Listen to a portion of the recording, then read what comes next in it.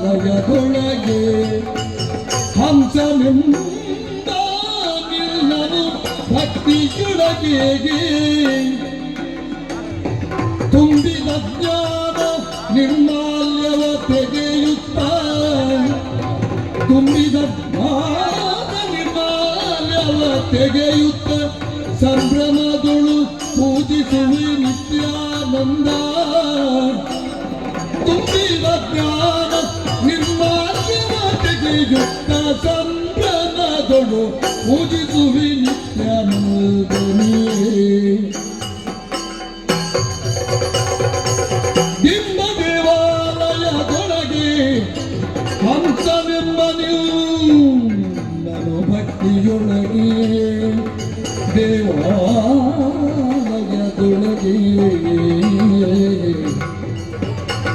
ಹರಿ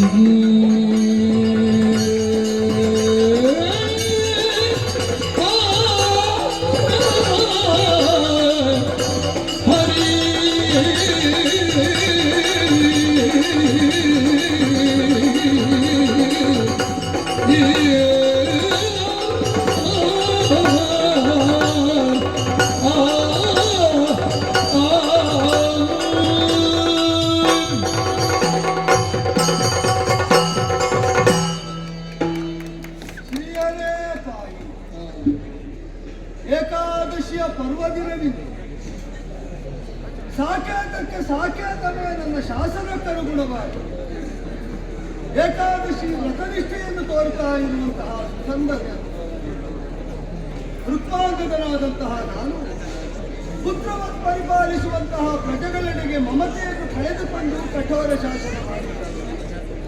ನಾರದಾಪದೇಶದಿಂದಲೇ ಪಂಚ ಜ್ಞಾನೇಂದ್ರಿಯಗಳನ್ನು ಪಂಚ ಕರ್ಮೇಂದ್ರಿಯಗಳನ್ನು ಏಕಾದಶ ಸ್ಥಾನದಲ್ಲೇ ಸನ್ನಿಹಿತವನ್ನಾಗಿಸಿ ಭಗವಂತನನ್ನು ತನ್ಮೂಲಕವಾಗಿ ಆರಾಧಿಸಿ ದ್ವಾದಶಿಯ ಪಾಲನೆ ಅಂದರೆ ಭಗವತ್ ಪ್ರಸಾದ ಅಂತ ಪ್ರತೀತಿ. ಅದನ್ನೇ ಉಣ್ಣುವಂತಹ ಜೀವನಗಳು ನಾವಾಗಬೇಕು ಎಂಬ ಸದಾಶಯದಿಂದ ಮಾಡಿದ ಶಾಸನ ಪ್ರತಿಯೊರ್ವರು ಏಕಾದಶಿ ವ್ರತಾಚರಣೆಯನ್ನು ಮಾಡಬೇಕು. ತಪ್ಪಿದವರ ಶರೀರವನ್ನು ಸಿಗಿದು ತೋರಣಕಾರದಲ್ಲಿ ಸರ್ವರಿಗೂ ದೇದೀಪ್ಯಮಾನವಾಗಿ ಕಾಣುವಂತೆ ತೂಕು ಹಾಕಲಾಗುತ್ತದೆ ಅಂತ ಆಡಿದ್ದು. ಕಠೋರ ಶಾಸನ ವರ್ಜಿತನಾಗಬೇಕಾದ ರಾಜ ಕಠಿಣವಾದ ಶಾಸನ ಮಾಡುವುದಕ್ಕೆ ಅಂತ ಸಂಸ್ಕಾರವಂತರಾದಂತಹ ಪ್ರಜೆಗಳು ಪಿತೃವತ್ ಆಧರಿಸುವಂತಹ ಋತ್ವಾಂಗದನಾದ ನನ್ನ ಶಾಸನವನ್ನು ಏನಕೇನ ಪ್ರಕಾರೇಣ ಯಾವ ಬೆಲೆಯನ್ನು ತೆತ್ತಾದರೂ ಈಡೇರಿಸ್ತಾರೆ ಎಂಬ ವಿಶ್ವಾಸ. ಪರಿವಾರವು ಅದಕ್ಕೆ ಪೂರಕವಾಗಿ ಭಕ್ತಿ ಸಂಧ್ಯಾವಳಿಯಾಗಿ ಪುತ್ರ ಧರ್ಮಾಂಗದನಾಗಿ ವೈಷ್ಣವ ಸಂಸಾರದ ದೀಪ್ತಿಯನ್ನು ಮತ್ತಷ್ಟು ಉಜ್ವಲವಾಗಿಸುವ ಭರವಸೆಯನ್ನು ಹುಟ್ಟೆ ಜೊತೆಯಾಗಿರುತ್ತದೆ. ಈಗೀಗ ದಿಗ್ವಿಜಯವನ್ನು ಪೂರೈಸಿ ಭವಿಷ್ಯದ ಪ್ರಭುವಾಗುವುದಕ್ಕೆ ನಾನು ಅಗಲಾಂತ ನಿರ್ಣಯಿಸಿ ಧರ್ಮಾಂಗದ ಅರಮನೆಗೆ ಬರಲಿದ್ದರು. ಅವರ ವಿಜಯ ಕಥನವನ್ನು ಕೇಳಿ ಪುಳಕಿತನಾಥನಾದವರು ಆರ್ಯಾವರ್ತನ ಚಕ್ರವರ್ತಿ ಪೀಠದಲ್ಲಿ ವಿರಾಜಿತನಾದ ಭರತನಂತೆ ಹೋರಾಟದಲ್ಲಿ ಸೋಲಿಸುವ ಹಂತದಲ್ಲಿ ನಾರದಾಗಮನವಾಗಿ ಸಂಬಂಧ ಬೆಸೆಯಿತು. ಭರತನ ಪುತ್ರಿಯರ ವಿವಾಹವಾಯಿತು. ಮತ್ತೆ ಹೋದದ್ದು ನಾಗಲೋಕಕ್ಕೆ ಕಮಲಾಶ್ವರನ್ನು ಗೆದ್ದ ಅವರ ಮಕ್ಕಳ ಜೊತೆಗೆ ವೈವಾಹಿಕ ಸಂಬಂಧದ ಕೊಡುಗೆಯನ್ನು ಸ್ವೀಕರಿಸಿದರು. ಆಮೇಲೆ ಸುತಲ ಲೋಕದಲ್ಲಿ ಹರಿಸಂಪ್ರೀತಿಯನ್ನು ಸಾಧಿಸಿದ ಬಲಿಯನ್ನೇ ಕೆಣಕುವುದಕ್ಕೆ ಹೊರಟು ಚತುರ್ಭುಜಧಾರಿಯಾದ ವಿಷ್ಣುವಿನ ದರ್ಶನ ಮಾಡಿಕೊಂಡು ಬಂದಾದರೆ ಅವರಿಗೆ ವೈಷ್ಣವತ್ವದ ದೀಕ್ಷೆಯನ್ನು ಕೊಟ್ಟ ರೂಪಾಂಗದನಾದ ನನಗೆ ಮತ್ತೇನು ಬೇಕು? ಆದ್ದರಿಂದಲೇ ತುಂಬಾ ಆನಂದದಿಂದ ಆಲಿಂಗಿಸಿಕೊಂಡು ಬಹಳ ಕಾಲದ ಬಳಿಕ ದಿಗ್ವಿಜಯ ಮುಗಿಸಿ ಬಂದ ಮಗು ಅಮ್ಮನನ್ನು ಕೊಂಡು ಬಿಂದು ಪುನೀತನಾಗಿ ಪೂಜನದಲ್ಲಿ ದೇವ ಪೂಜನದಲ್ಲಿ ಕಳಿಗೆ ಬಾ, ಇಲ್ಲೇ ಕುಳಿತುಕೋ ಅಂತ ಹೇಳಿ ಕಳಿಗೆ ನಿತ್ಯಾನಿಕವನ್ನು ಪೂರೈಸುವುದಕ್ಕಾಗಿ ಮಧ್ಯಾಹ್ನಾದಿಗಳನ್ನು ಮುಗಿಸಿ ಬಂದು ದೇವ ಮಂದಿರದಲ್ಲಿ ಏಕಾದಶಿಯ ರಾತ್ರಿಯ ಕಾಲದಲ್ಲಿ ಕುಳಿತಾಗ ಮಗನಿಗೆ ವೈಷ್ಣವತ್ವದ ದೀಕ್ಷೆ ಕೊಟ್ಟವನು ನಾನಾದ ಮಗ ನನಗಿಂತ ಮೊದಲು ಹರಿದರ್ಶನ ಮಾಡಿದ ಪಿತನಾದ ನಾ ಹಿಂದುಳಿಗೆ ಯಾಕೆ ಎಲ್ಲೋ ಭೋಗಲಾಲಸೆ ನನ್ನ ಮಿತಿಯನ್ನು ಮೀರಿ ಎಡೆಯೆತ್ತಿ ನನ್ನನ್ನು ಆಡಿಸ್ತಾ ಉಂಟು ಅಂತ ನನ್ನ ಅಂತರಂಗಕ್ಕೆ ಅರಿವಾಗುತ್ತಾ ಮೋಹಿನಿ ನಾಮಕಳಾದ ವೃದ್ಧಲೋಕದ ಪರಮ ಸುಂದರಿಯನ್ನು ಭೋಗಕ್ಕಾಗಿ ಭಾರ್ಯೆಯಾಗಿ ಅಂಗೀಕರಿಸಿ ಅವಳ ಎಲ್ಲ ನಿಬಂಧನೆಗೂ ಅಂಗೀಕಾರವನ್ನು ಸೂಚಿಸಿ ಕರೆತಂದು ಏಕಾದಶಿಯಂತೇನೋ ಏಕಾದಶಿಯ ವ್ರತವನ್ನು ಆಚರಿಸುತ್ತೇನೆ. ಉಳಿದಂತೆ ಸಂಸಾರ ಮಧ್ಯದಲ್ಲಿ ಕಳೆದು ಹೋಗುತ್ತಾ ಇರುವುದರಿಂದ ಮಗನಿಗಾದ ದೈವ ದರ್ಶನ, ಅಪ್ಪನಾದ ನನಗೆ ಎಚ್ಚರಿಕೆಯ ಗಂಟೆ ಎಂಬ ಅರಿವನ್ನು ಹೊಂದಿಯೇ ಇಂದು ಮಡಿಯಾಗಿ ಬಂದ ಕಾಲದಲ್ಲಿ ಕಾಣ್ತದೆ. ಪೂಜೆ ಆಗಬೇಕಾದ ಹೊರಗ ಅಂತರಂಗದಲ್ಲಿ ಆಗಬೇಕಾದ ದೇಹ ದೇವಾಲಯ ಪ್ರೋಕ್ತ, ದೇಹವನ್ನೇ ದೇವರ ಆಲಯ ಅಂತ ಆಡಿದ್ರಲ್ಲ ಜೀವೋ ದೇವಸ್ಥಾನ. ಆ ದೇವರ ಅಂಶರೂಪರಾಗಿಯೇ ನಾವು ಈ ಪ್ರಪಂಚದಲ್ಲಿ ಬೆಳಕನ್ನು ಕಂಡದ್ದು ಅಂತಾದರೆ ಆ ಪೂರ್ಣತೆಯನ್ನು ಮರಳಿ ಪ್ರಾಪಿಸಿಕೊಳ್ಳುವಲ್ಲಿ ತೊಡಕಾದದ್ಯಾವುದು? ತ್ಯಜೇದ ಜ್ಞಾನ ನೈರ್ಮಾಲ್ಯ. ನಾನು ನನ್ನದು ಎಂಬಂತಹ ಮದ ಅಹಂಕಾರ, ಈ ಅಜ್ಞಾನವನ್ನು ನಿರ್ಮಾಲ್ಯ ಅಂತ ನಾವು ತ್ಯಜಿಸಿದರೆ ಸೋಹಂಭಾವೇನ ಪೂಜೆ, ಅವನೇ ನಾನು, ನನ್ನಲ್ಲಿರುವುದು ಅವನ ಅಂಶ. ಈ ಭಾವ ಬಂದರೆ ನಮ್ಮಲ್ಲಿರುವ ಅಂತರ ಇಲ್ಲ ಅಂತ. ಶಿವಭಾವದಿಂದ ದೇವಭಾವಕ್ಕೆ ಏರುವುದಕ್ಕಿಂತ ಸೋಪಾನ ಪಂಕ್ತಿ ಯಾವುದು ಅಂತ ಶಾಸ್ತ್ರಜ್ಞರು ವೇದಾಂತದಲ್ಲಿ ತೋರಿಸಿಕೊಟ್ಟು ಅದನ್ನು ಅರಿತು ಅನುಸಂಧಾನಕ್ಕೆ ತರುವಲ್ಲಿ ವಿಫಲನಾದದ್ದರಿಂದಲೇ ಭಗವತ್ ಪ್ರೀತಿ ನನಗೆಲ್ಲೋ ಕಳೆದು ಹೋಗುತ್ತಾ ಉಂಟು ಅಂತ ಎಚ್ಚೆತ್ತುಕೊಂಡ ಈ ಕಾಲದಲ್ಲಿ ಮಗನೇ ಅಧಿಕಾರವನ್ನು, ಈ ನಾಡಿನ ಸುಭಿಕ್ಷೆಯನ್ನು ಸಾಧಿಸುವ ಹೊಣೆ ಹೊರತಾನೆ ಅಂತಾದರೆ ನಾನು ಇನ್ನಷ್ಟು ದೈವಮುಖಿ ಆಗಬೇಕು, ಪೂಜನದಲ್ಲೇ ತೊಡಗಿಸಿಕೊಳ್ಳಬೇಕು. ಹಾಗಾಗಬೇಕು ಅಂತಾದರೆ ಆತ್ಮಶ್ಲಾಘನೆಗೆ ತೊಡಗಿ ಅಹಂಕಾರದಿಂದ ಮೆರೆಯುವುದಲ್ಲ, ನಾನಲ್ಲ ನೀನೆಂಬ ಭಾವ ಜಾಗೃತವಾಗಬೇಕು, ನಿನ್ನಲ್ಲೇ ನಾನೆಂಬ ಭಾವ ನನ್ನಲ್ಲಿ ತೊಡಗಬೇಕು. ಹಾಗೆ ತೊಡಗಬೇಕು ಅಂತಾದರೆ ನನ್ನ ಗುಣಗಾನ ಮಾಡುವ ವಂದಿಮಾಗದರ ಹೊಗಳಿಕೆಗಲ್ಲ ಕಿವಿಯಾಗಬೇಕಾಗಿ ನಾವು ಆಚರಿಸುವ ವ್ರತದ ಮಧ್ಯದಲ್ಲಿ ಅವನನ್ನೇನಾಗಿ ಹೊಗಳುತ್ತೇವೋ ಆ ಗುಣಗಣಗಳನ್ನು ಒಂದೊಂದಾಗಿ ನಾವು ಅನುಸಂಧಾನಕ್ಕೆ ತೆಗೆದುಕೊಳ್ಳಬೇಕು.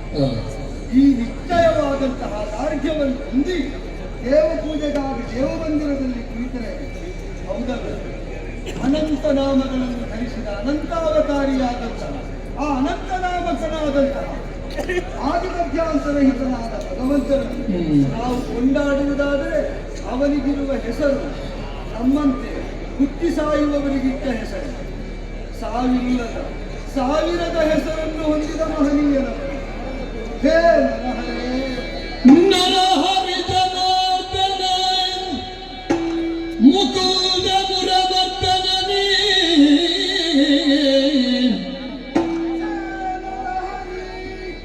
ಜನಾರ್ದನ ಮುಕುಂದ ಮುರವರ್ಧನನೇ, ಸಿರಿಯರಸ ಗೋವಿಂದ ಪಕ್ಷಿವಾಗನ,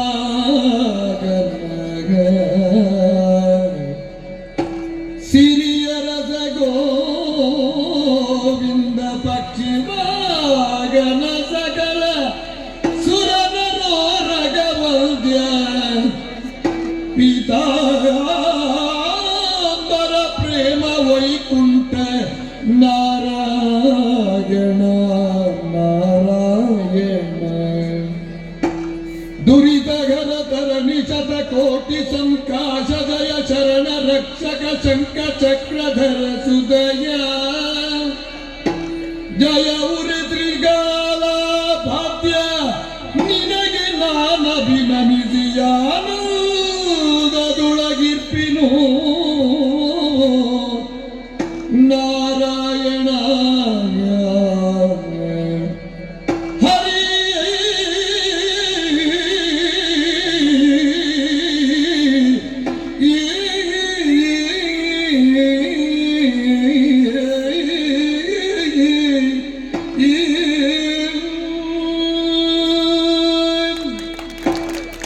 ಅನಂತ ಕಲ್ಯಾಣ ಗುಣ ಪರಿಪೂರ್ಣನಾದ ಸರ್ವದೋಷ ವಿವರ್ಜಿತನಾದ ಆ ಭಗವನ್ಮೂರ್ತಿಯ ಲೀಲಾ ವಿನೋದವನ್ನು ನಾವು ತತ್ವಾನುಸಂಧಾನಕ್ಕಾಗಿ ಗ್ರಹಿಸಿದೆವು. ಯಾವ ಯಾವ ರೂಪದಲ್ಲಿ ಕಾಣಿಸಿಕೊಂಡು ಅಣು ರೇಣು ತೃಣಕಾಷ್ಟ ಸ್ಥಾವರ ಜಂಗಮಾದಿಗಳಲ್ಲಿ ವ್ಯಾಪಿಸಿ ಅವೆಲ್ಲವನ್ನು ಮಿಕ್ಕಿ ಮೀರಿ ಇರುವುದು ತಾನೇ ತಾನು ಅಂತ ನಿರೂಪಿಸಿದ್ದಾನೆ. ಮತ್ಸ್ಯಕೂರ್ಮ ವರಾಹ ನಾರಸಿಂಹಾದಿ ಅವತಾರಗಳಲ್ಲಿ ಅದೊಂದೊಂದು ಕೂಡ ಉಬೋಧಕವಾದಂತಹ ತತ್ವಾನುಸಂಧಾನಕ್ಕೆ ನಮ್ಮನ್ನು ಪ್ರಚೋದಿಸುವಂತಹ ಸ್ವರೂಪ ವಿಶಿಷ್ಟತೆ.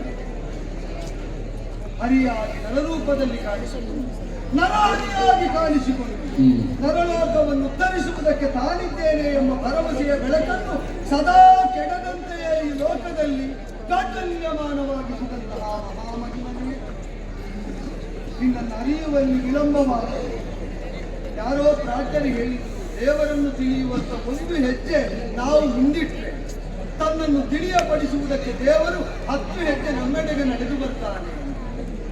ಆ ಭರವಸೆ ಕೇಶವ, ನಾರಾಯಣ, ಮುರಭದ್ರ, ಮುಕುಂದ, ಗೋವಿಂದ, ಇದು ಅಹಂಕಾರ ಎಲ್ಲವನ್ನೂ ಕಳೆಸಿ ಸರ್ವಸ್ವಾರ್ಪಣ ಬುದ್ಧಿಯಿಂದ ನಿನ್ನನ್ನು ಸೇರಿಸಿ ನಿನ್ನನ್ನು ಹೊಂದುವಲ್ಲಿ ಶಕ್ತಿ ಮೀರಿ ಯತ್ನಿಸ್ತಾ ಇರುವಾಗ ಅಸಹಾಯಕನಾದಂತಹ ನಾನು ನಿನ್ನನ್ನೇ ಶರಣು ಬಂದು ನಿನ್ನನ್ನು ಹೊಂದುವಲ್ಲೂ ನಿನ್ನ ಸಹಾಯವನ್ನೇ ಅಪೇಕ್ಷಿಸ್ತಾ ನಿನ್ನ ಪಾದಮೂಲಗಳಲ್ಲಿ ಮೊಡಮಟ್ಟು ಶಿರಚಾಚುತ್ತಾ ಇದ್ದೆ. ರಕ್ಷಿಸು ಪ್ರಭು, ರಕ್ಷಿಸು, ರಕ್ಷಿಸು. ಧರಿಸಿ ಸರ್ವಾಭರಣ ಪೀತಾಂಬರವನಿ ಪಿಡಿದುಟ್ಟು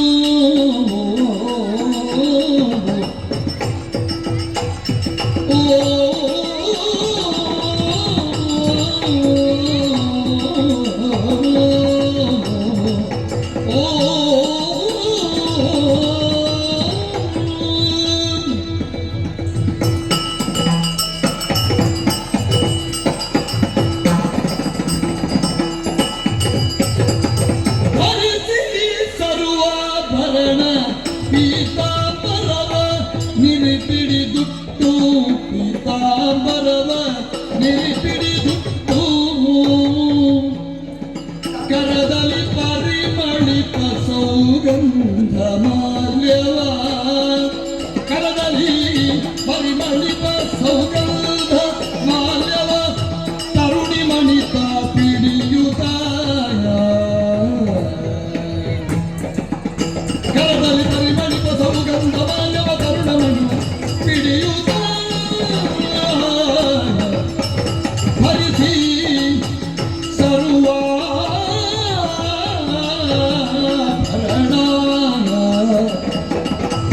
ಮೋಗಿನಿಯೂ ಪೀತಾಂಬರವ ಹುಟ್ಟು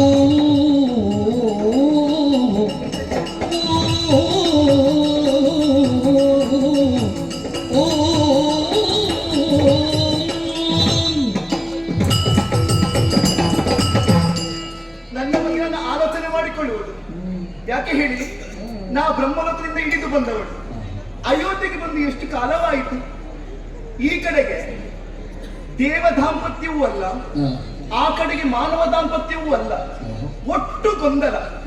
ಆದ್ರೆ ಯಾವ ಧರ್ಮವೂ ಇಲ್ಲ, ಯಾವ ಕರ್ಮವೂ ಇಲ್ಲ.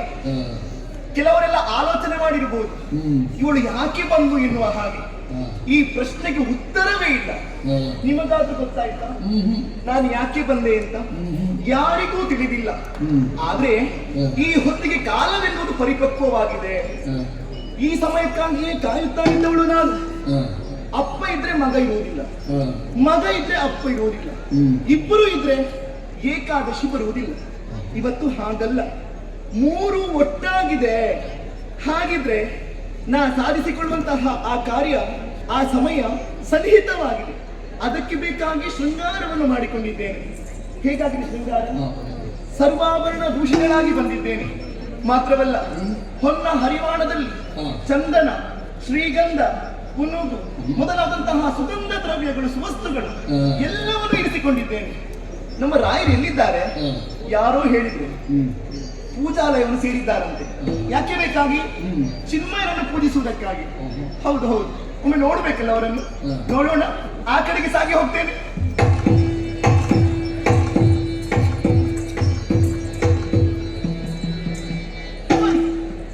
ಇದು ನಮ್ಮವರೇ, ಪರಿಚಯ ಸಿಗುವುದಿಲ್ಲ. ಮಾತೆಗೆ ಮಾಂಗಲ್ಯ ದೀಕ್ಷೆ ಇದ್ದ ಮಾಧವನೇ, ಅಯ್ಯೋ ದೇವರೇ, ಮಮತೆಯಿಂದಲೇ ಪೊರೆ, ಮಮತೆಯಿಂದಲೇ ಪೊರೆ. ಇದು ಮಾತೆ ಬದಲಾಗಿದೆ. ಯತಿಗಳಿಗೆ ಉರತಗ ಸಗಜ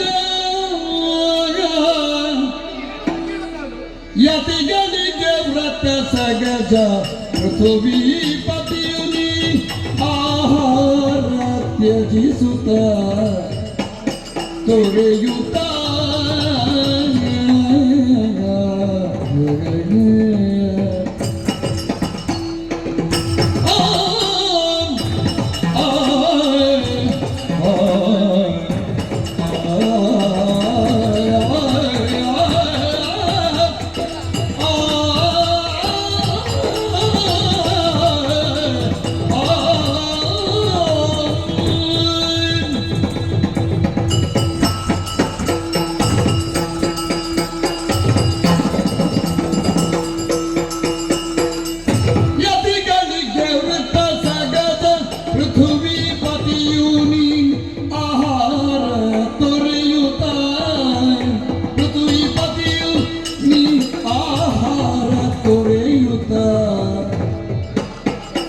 ಸತತ ದೇಹವ ಬಳಲಿಸುವುದು ಸತತ ದೇಹವ ಬಳಲಿಸುವುದಿನ ಗತಿ ಮನೋವ್ಯತೆ ಅಪ್ಪುದು ನೀವು ಸತತ ದೇಹವ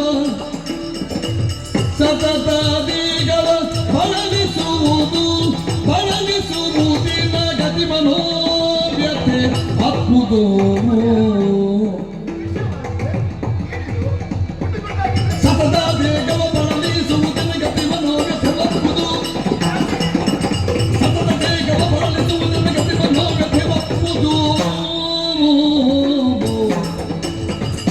ಬೀಸುತ್ತಿಗ ಮಂದಾನನ ರಥ ತೋಚದೆ ಕಡರುತ್ತ ಬೀಸುತ್ತಿಗ ಮಂದಾನಿಲ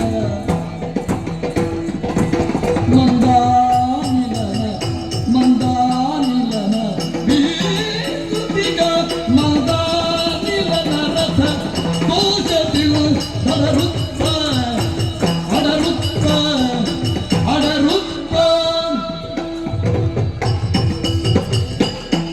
ಮನ್ಮಥ ರೋಷದಲ್ಲಿ ಕೂಡಲಗೆಸಿದಿಗ ಎನಗಿ ಮನ್ಮಥ ರೋಷಗಳು ಕೂಡಲಗ ಎಸೆದಿಗ ಹೇಸದೆ ಅಬಲೆಯಾದೆನ್ನುಳು ಹೇಸದೆ ಅಬಲೆಯಾದೆನ್ನುಳು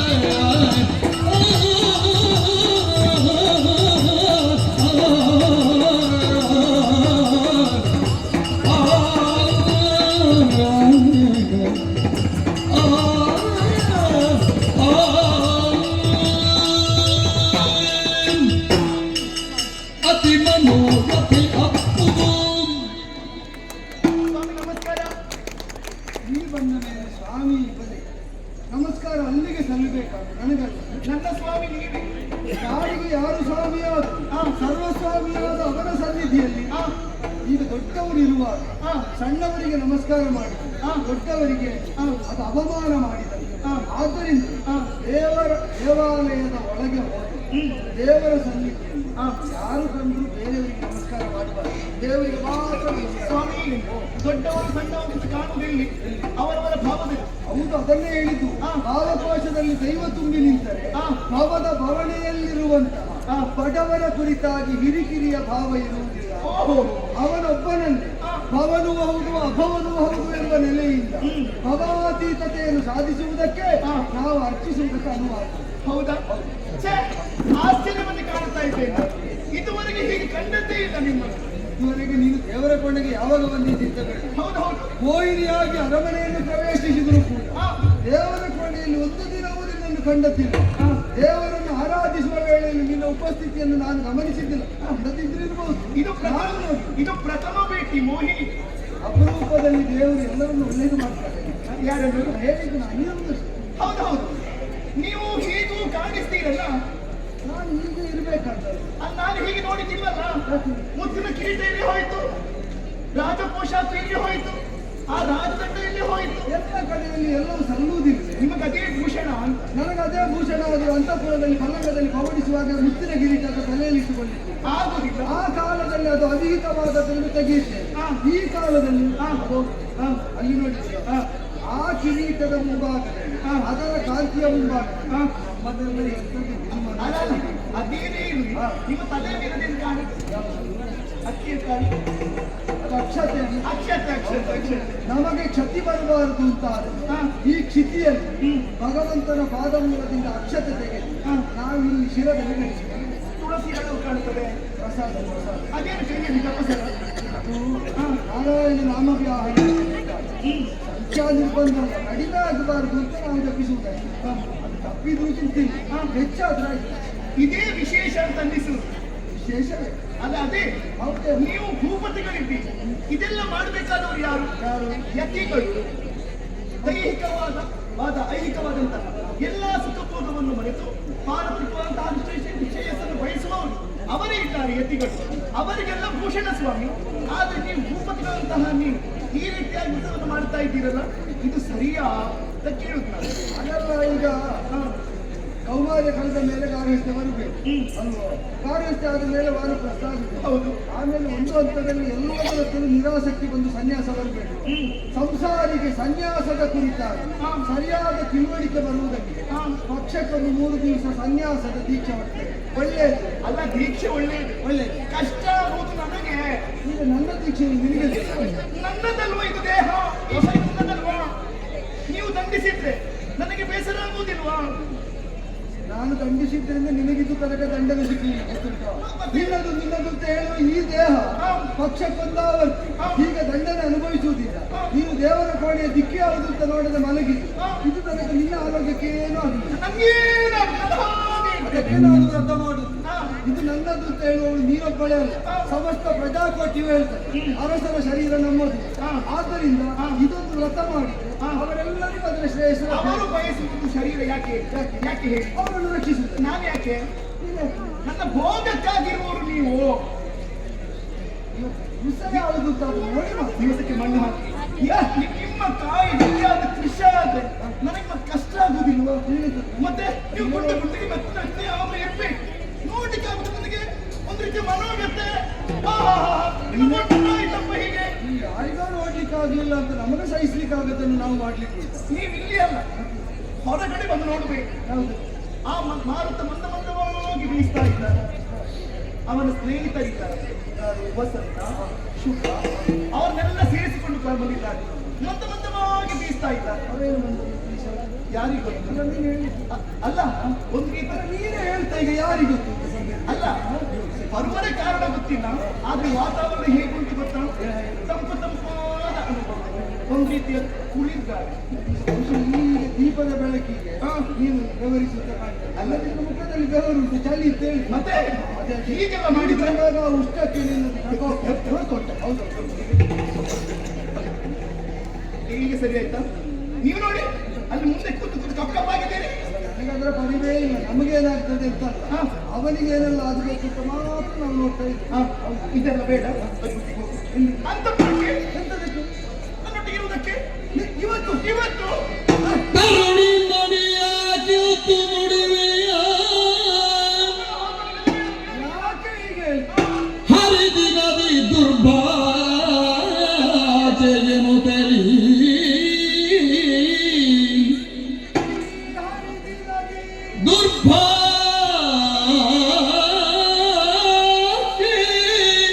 ದುರ್ಭಾಷೆಯನ್ನು ತಲಿ ಧರಣಿಪತಿ ಮನದೊಳಗೆ ಧರಣಿಪತಿ ಮನದೊಳಗೆ ನೋಯುತ ಮೋಗಿನಿಯುಳಿದ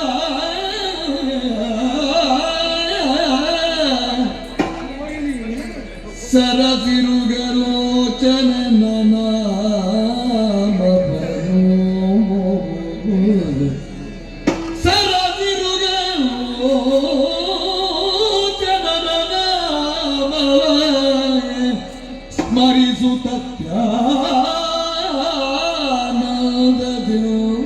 ಸ್ಮರಿಸುತ್ತಲಿ ವರಮನೋಗವಿ ಕುಳಿತು ಸ್ಥೈರ್ಯವಗೊಳಿಸು ವರಮನೋಹರಿ ಕುಳಿತು ಸ್ಥೈರ್ಯವಗೊಳಿಸು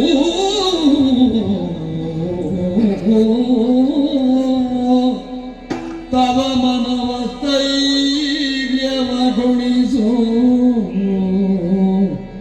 ಓ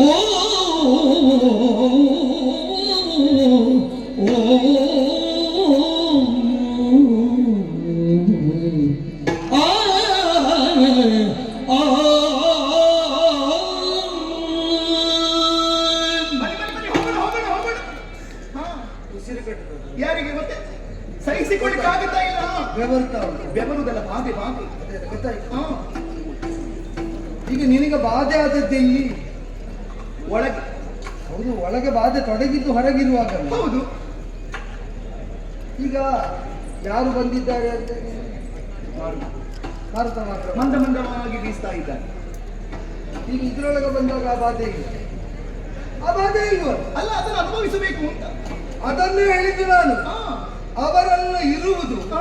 ಇವನಿಗಾಗಿ ನಾವು ಉಸಿರಾಡುವುದಕ್ಕೆ. ಭಾರತದ ಕೆಲಸ ಎಂತದ್ದು? ಬೀಸುವಿಕೆ ಬೀಸುವಿಕೆ ಎಷ್ಟು ವಿಧದಲ್ಲುಂಟು. ಏನು ಅವರಿಗೆ 10 ಸ್ವರೂಪ ಉಂಟು, ಗೊತ್ತುಂಟ? ಪ್ರಾಣಾಪಾನ ವ್ಯಾನುವದಾನ ಸಮಾನ, ನಾಗ ಕೂರ್ಮ ಕೃತರ ದೇವದತ್ತ ಧನಂಜಯ, ದಶ ಮುಖ್ಯ ಪ್ರಾಣಗಳು, ಉಪಪ್ರಾಣಗಳು. ಈಗ 10 ಸ್ವರೂಪದಲ್ಲಿರುವಂತಹ ಅವನು ಬೀಸುವುದೇ ನಾವು ಉಸಿರಾಡುವುದಕ್ಕೆ, ನಮ್ಮ ದೇಹದ ವಿವಿಧ ಕಾರ್ಯಚಟುವಟಿಕೆಗಳು ನಡೆಯುವುದಕ್ಕೆ ಅಂತ. ಆ ದೇಹ ಇರುವುದು ಯಾಕೆ? ಧರ್ಮವನ್ನು ಆಚರಿಸುವುದು. ಬದುಕಿನ ಪರಮ ಧರ್ಮ ಯಾವುದು? ಹರಿಭಕ್ತರಾಗಿ ಹರಿಪಾದ ಪೂಜೆಯನ್ನು ಮಾಡುವುದು. ದಿವಸ ಯಾವುದು ಅಂತ ನೋಡದೆ ಬಂದು ನೀವು ಎಲ್ಲಿ ಹೋದ್ರು ಬರುವುದಲ್ಲಿಗೆ ಅಲ್ವಾ? ಅಲ್ಲಿಗೆ ಯಾಕೆ ಅಂತ. ಯಾಕೆ? ಇನ್ನು ಎಲ್ಲ ರೋಗಕ್ಕೂ ಒಂದೇ ಮದ್ದಿದ್ದು. ಯಾರಿಗೆ ರೋಗ? ನಿನಗೆ ಯಾವುದೇ ಬೆವರಿದ್ದು ಅದು ವಿಕಾರ ಅಲ್ವೋ? ನಿನಗೆ ಏದುಸಿರು ಬರ್ತಾ ಇರುವುದು ಅದು ಅಸಹಜ ಅಲ್ವೋ? ಅದೆಲ್ಲ ನೀನು ಹಲ್ಲು ಕಡಿಬೇಡ, ಹಲ್ಲು ಕಡಿಬೇಡ.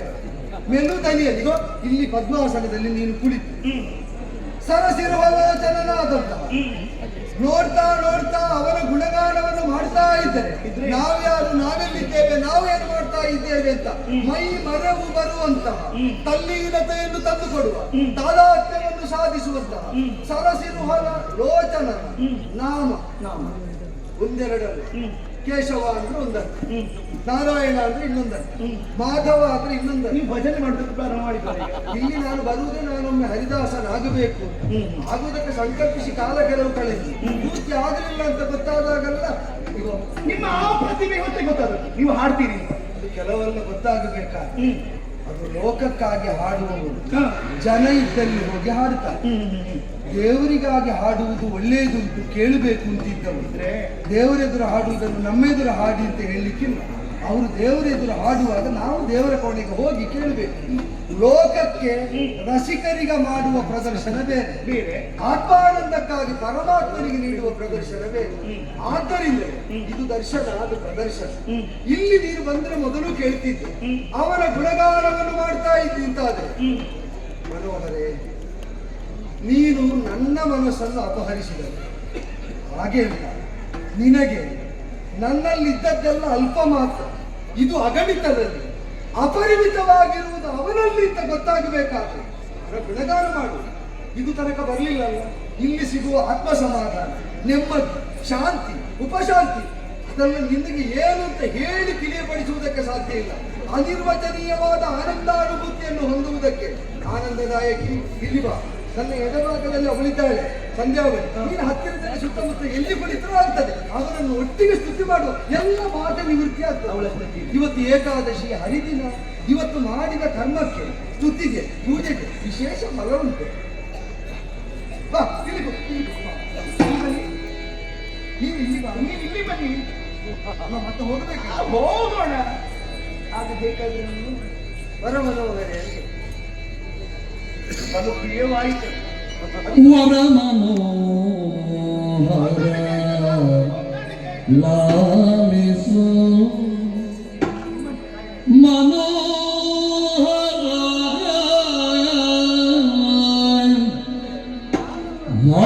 ಲಾಲಿಸು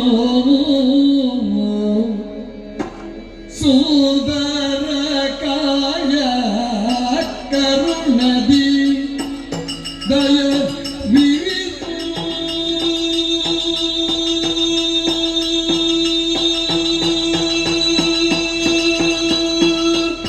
ದಯ ವಿರಿಸು ಲಾಲಿಸು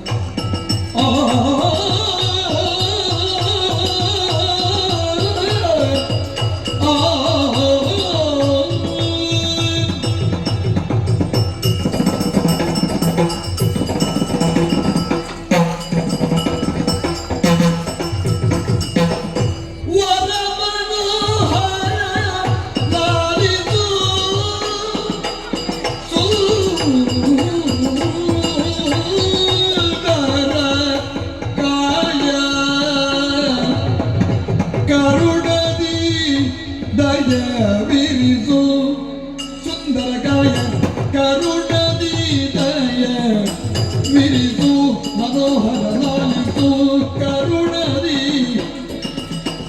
ದಯ ವಿರಿಸು ಓ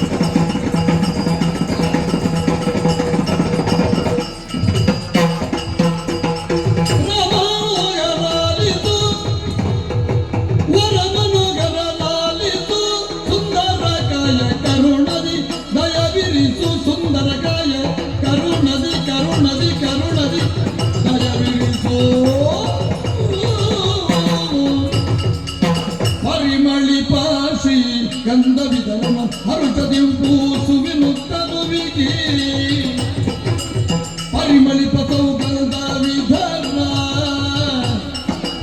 ಪರಿಮಳಿಪ ಶ್ರೀಗಂಧ ವಿಧರನು ಹರುಷದೆವು ಪೂಸುವೆನು ತನುವಿಗೆ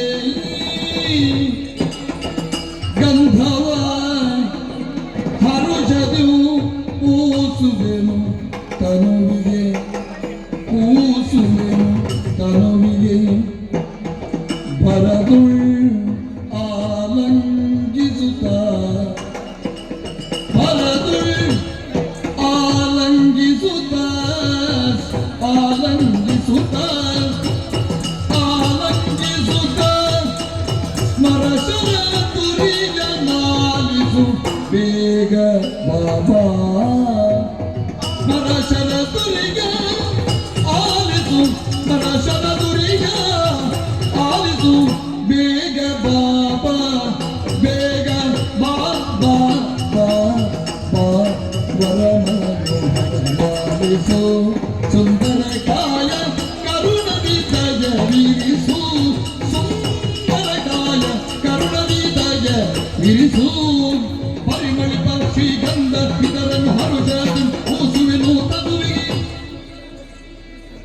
ಬರದೊಳಲಂಗಿಸುತ್ತ ಸ್ವರಶರ ದುರಿಯ ನಾಲಿಸು ಬೇಗ ಬಾಬಾ ಬರದೊಳಲಂಗಿಸುತ್ತ ಸ್ವರಶರ ದುರಿಯ ನಾಲಿಸು ಬೇಗ ಬಾಬಾ ಬರದೊಳಲಂಗಿಸುತ್ತ ಸ್ವರಶರ ದುರಿಯ ನಾಲಿಸು ಬೇಗ ಬಾಬಾ ಬರದೊಳಲಂಗಿಸುತ್ತ ಸ್ವರಶರ ದುರಿಯ ನಾಲಿಸು ಬೇಗ ಬಾಬಾ ವರಮನೋಹರ ನಾಲಿಸು ಸುಂದರಕಾಯ ಕರುಣದಿ ದಯವಿರಿಸು ದಯವಿರಿಸು ನಾಲಿಸು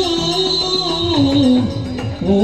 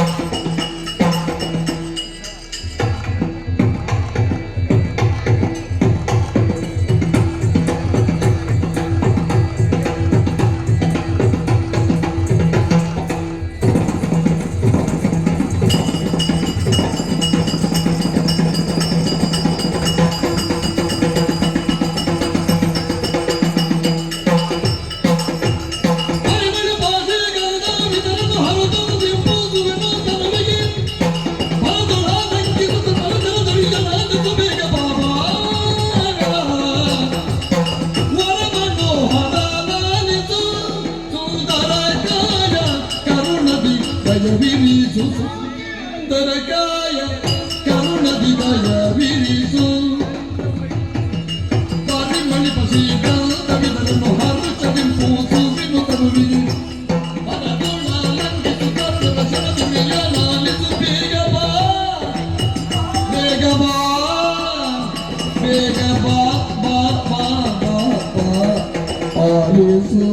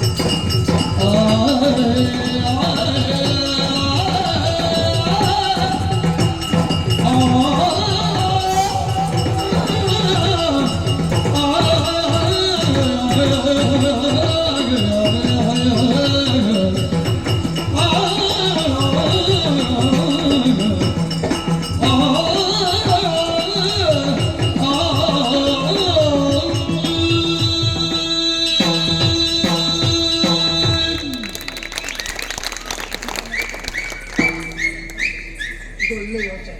ಯಾವುದು? ನೀನು ಏನೋ ಹೇಳುವುದಕ್ಕೆ ಮುಂದೆ ಬರುವಾಗ ನನಗೆ ಕಂಡ ಯಾವುದು? ನಮ್ಮಲ್ಲಿ ಇದ್ದದ್ದರಲ್ಲಿ ಒಳ್ಳೆಯದನ್ನು ದೇವರಿಗೆ ಒಪ್ಪಿಸಬೇಕಂತ. ಹೌದು.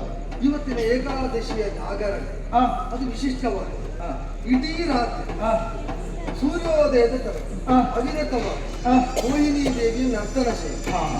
ಅವನಿಗೆ ಶೃಂಗಾರಲೋಲನಾದಂತಹ ಆ ನಾರಾಯಣ ಸ್ವಾಮಿಗೆ ಪ್ರೀತಿಯಾಗುವಂತೆ ನಿನ್ನಲ್ಲಿದ್ದಂತಹ ನರ್ತನ ಸೇವೆ ಬೆಳಗ್ಗಿನವರೆಗೆ ಏನ್ ನಿದ್ದೆ ಬಿಡಬೇಕು ಅಂತ ಹೇಳುವುದಾ?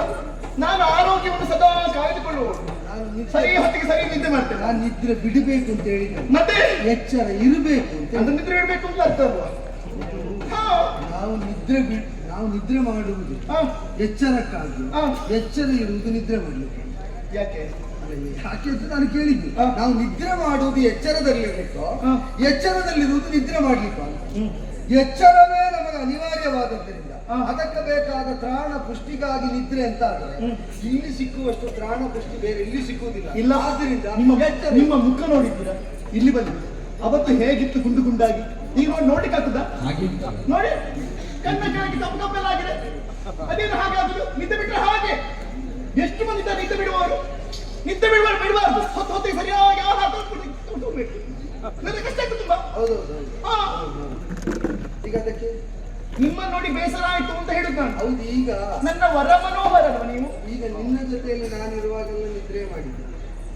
ಅದು ಕೇಳು. ಅದು ಬೇರೆ. ನಾನು ಈಗ ಬಿಟ್ಟ ನಿದ್ರೆಯನ್ನು ನೀನು ಹೇಳ್ತೀಯಾದ್ರೆ ನೀನೀಗ ನಾನು ನಿದ್ರೆ ಮಾಡಿದ್ದನ್ನು ನೋಡುವುದಕ್ಕಾಗಿ ನನ್ನೀಗ ಬಾಬಾ ಅಂತ ಕರೀತಾ ಇಲ್ಲ. ನಿದ್ರೆ ಮತ್ತೆ ನಿದ್ರೆ ಮಾಡು. ನಿನಗಾಗಿ ಇಡೀ ರಾತ್ರಿ ನಿದ್ರೆ ಬಿಡುವುದಕ್ಕಿಂತ ಅವನಿಗಾಗಿ ನಿದ್ರೆ ಬಿಡುವುದು ಇಲ್ಲಿ ಬನ್ನಿ. ನಮ್ಮದು ಏನೇ ಇದ್ರು ಕಾಲಮಿತಿಯನ್ನು ಮುಗಿಸುದು ನಾವು. ಇಡೀ ರಾತ್ರಿ ಇಲ್ಲ ಹಾಗೆಲ್ಲ. ಅದೇ ಕಾಲಮಿತಿ ನಮ್ಮದು ಅಂತ ಹೇಳುವುದು ಅಷ್ಟೇ. ನಮ್ಮದು ಅಂತ ಹೇಳುವುದು ಅಲ್ಲ, ಅದಷ್ಟೇ. ಅದಕ್ಕಿಂತ ಮುಂದೆ ಇಲ್ಲ. ನಾವು ಎಲ್ಲಿಗೆ ಹೋಗ್ತಾ ಇದ್ದೇವೆ. ಇದು ನಾನು ಎಲ್ಲಿಗೂ ಹೋಗುದಿಲ್ಲ. ನಾನು ಇಲ್ಲಿ ಬಿಟ್ಟು ಎಲ್ಲಿಗೂ ಅಲುಗಾಡುವುದಿಲ್ಲ. ಇವತ್ತು ಏಕಾದಶಿಯ ರಾತ್ರಿ ನಾನು ದೇವರ ಕೋಣೆಯಲ್ಲಿ ಹರಿಪೂಜಾ ನಿರತ. ವರ ಮನೋಹರ. ನಾನು ಅವರನ್ನು ಆಗಿದ್ದೆ. ಅದು ನಿಮಗೆ. ಹೌದು. ನನಗೆ ನೀವೇ ವರ ಮನೋಹರ. ಹಾಗೆ ಸಂತೋಷ. ವರ ಎನ್ನುವಂತಹ ಪದಕ್ಕೆ ಶ್ರೇಷ್ಠ ಅಂತ ಅರ್ಥ ಇದೆ. ಆದ್ದರಿಂದಲೇ ಅವರನ್ನು ವರ ಮನೋಹರ ಅಂತ ಕರ್ತೀವಿ. ಶ್ರೇಷ್ಠರಲ್ಲಿ ಶ್ರೇಷ್ಠನಾದ ಮನೋಹರ. ನೀವು ಅಲ್ಲಿಗೆ ಅರ್ಥ ಕಲ್ಪಿಸಿಕೊಳ್ಳುವುದು. ನಿಮ್ಮಲ್ಲಿ ಹೇಳ್ತಾ ಇದ್ದೀನಿ. ನೀನು ಯಾಕೆ ಇಲ್ಲಿಗೆ ಅರ್ಥ ಕಲ್ಪಿಸಿದ್ರಿ? ನನಗೆ ಬೇಕಾದ ನನಗೆ ಅದು ಬೇಕಾದ. ನಾನು ನಿಮ್ಮಲ್ಲಿ ಮಾತನಾಡ್ತಾ ಇರುವುದು. ನಾನು ಹಾಗೇನು ನೀನು ಬರುವ ಮೊದಲು ಅವರನ್ನೇ ಮಾತಾಡ್ತಾ ಇದ್ದೆ. ಸ್ವಲ್ಪ ವಿರಾಮ ತೆಗೆದುಕೊಳ್ಳಿ ಅಂತ ಹೇಳುತ್ತಾನೆ. ಅದು ಹೇಳುದು ನಾನು ಪಕ್ಷದಲ್ಲಿ 3 ದಿವಸ ನೀನು ವಿರಾಮ ತೆಗೆದುಕೊಂಡು ಅದೆಲ್ಲ ಆಗುದಿಲ್ಲ.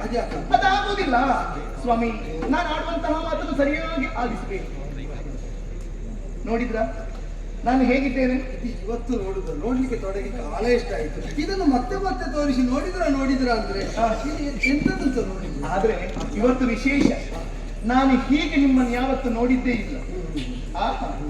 ಇದ್ರಲ್ಲೊಂದು ಆನಂದ ಇದೆ. ಹೌದು ಹೌದು, ನೋಡುತ್ತಲೇ ಇರ್ಬೇಕು ಅಂತ ಒಂದು ಆಸೆ ಆಗುತ್ತೆ. ಆಗ ದಯನೀಯ ಅವಸ್ಥೆ ಅಂತ ಕರುಣೆ ತೋರಿಸಿ ಈಗ ಹೇಳ್ತಿ ಇದರಲ್ಲಿ ಆನಂದ ಉಂಟು ಅಂತ. ನೀನು ಯಾವಾಗ ಎಂತದ್ದು ಹೇಳ್ತಿದ್ದ ನನಗೆ ಪೂರ್ತಿ ನಿರ್ಣಯ ಇಲ್ಲ. ಅದು ಹಾಗೆ ಹೇಗೆ ಭಾವ ಕ್ಷಣ ಕ್ಷಣಕ್ಕೂ ಬದಲಾಗುತ್ತಾ ಇರ್ತದೆ. ಆದ್ದರಿಂದಲೇ ನೀನು ಬಾ ಅಂತ ಕರೆದಾಗ ಈ ಭಾವ ಇನ್ನೊಂದು ಕ್ಷಣದಲ್ಲಿ ಆ ಭಾವ ಹಾಗೆ ಅದು ಸ್ಥಿರ, ಅದು ಬದಲಾಗುವುದಿಲ್ಲ. ಈಗಲೇ ನೀನು ಹೇಳಿದ್ದೆ ಭಾವ ಬದಲಾಗ್ತದೆ ಅಂದ್ರೆ ಆ ಭಾವ ಒಂದು ಬದಲಾಗುವುದಿಲ್ಲ. ಕಾರಣ ಏನು? ಏನು ನೋಡಿದ್ರ? ನೋಡಿ ಅಲ್ಲಿ ಹರಿವಾಣದಲ್ಲಿ ಸುವಸ್ತುಗಳು, ಅದು ಅದು ನೀವು ತಂದದ್ದು. ನಾನು ತಂದದ್ದು ನೋಡಿ, ನೋಡಿ ಎಷ್ಟು ಒಳ್ಳೆಯದು ನೋಡಿ.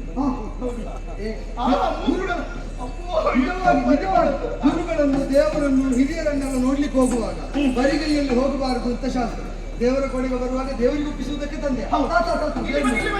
ನನ್ನ ದೇವರು ನೀವೇ, ನಮ್ಮ ದೇವರಿಗೆ ನಮ್ದು ಇಲ್ಲಿ ಏನಿದ್ರು ಅರ್ಥನೆಲ್ಲ ಇಲ್ಲಿಗೆ ಇಲ್ಲಿಗೆ ಪ್ರಸಾದ ಎಲ್ಲ. ಹೌದು, ಅದರ ಒಂದುಂಟು ಏನು ಈಗ ದೇವರು ಅಂತ ಕೊಟ್ಟು ಈಗ ದೇವರಿಗೆ ನಾವು ನೈವೇದ್ಯ ಇಡ್ತೇವೆ. ದೇವರು ಹೇಗೆ ತಿನ್ನಬೇಕು ಅಂತ ನಿರ್ಬಂಧಿಸಲಿಕ್ಕೆ ಇಲ್ಲ. ದೇವರಿಗೆ ಕೊಟ್ಟ ಮೇಲೆ ದೇವರಿಗೆ ಬೇಕಾದಾಗ ಸ್ವೀಕರಿಸಬೇಕು. ಹೌದು, ನಿನ್ನ ದೇವರಿಗೆ ಅಂತ ನೀನು ಕೊಡು, ಅದನ್ನು ನನ್ನ ದೇವರಿಗೆ ಅಂತ ನಾವು ಕೊಟ್ಟು. ಇಲ್ಲಪ್ಪ, ಯಾಕಾಗುದಿಲ್ಲ? ಆಗುವುದಿಲ್ಲ. ಯಾಕೆ? ಯಾವತ್ತು ಸಖಿಯರೆಲ್ಲ ಸಿದ್ಧಪಡಿಸ್ತಾ ಇತ್ತು ಶ್ರೀಗಂಧವನ್ನು ಚಂದನವನ್ನು. ಇವತ್ತು ಹಾಗಲ್ಲ, ನಾನೇ ಚೆನ್ನಾಗಿ ಅರಿತಿದ್ದೇನೆ.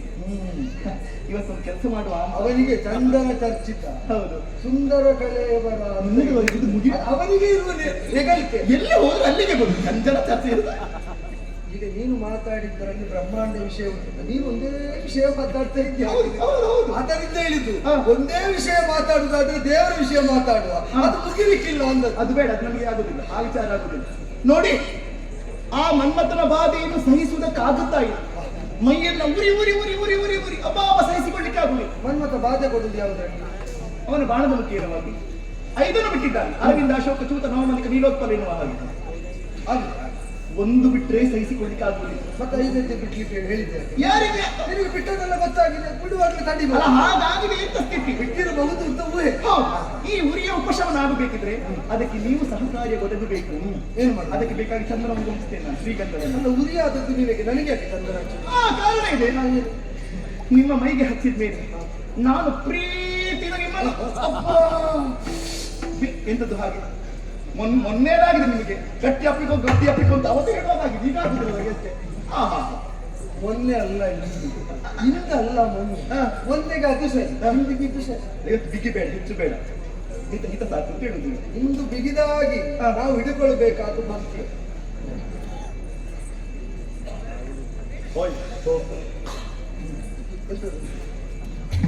ಇವತ್ತು ನಾವು ಇಲ್ಲಿ ತೀರ್ಥ ಬಿಟ್ಟು ಮತ್ತೇನು ಕುಡಿಲಿಕ್ಕೂ ಇಲ್ಲ. ಬಾಯರಿಗೆ ಆದ್ರು ಹಸಿವಾದ್ರು ತೀರ್ಥ ಹರಿಪಾದೋದಕ ಪ್ರಾಶನ ಬಿಟ್ಟು ಏಕಾದಶಿಯನ್ನು ಮತ್ತೆ ನಿರ್ಜಲ ಉಪವಾಸ.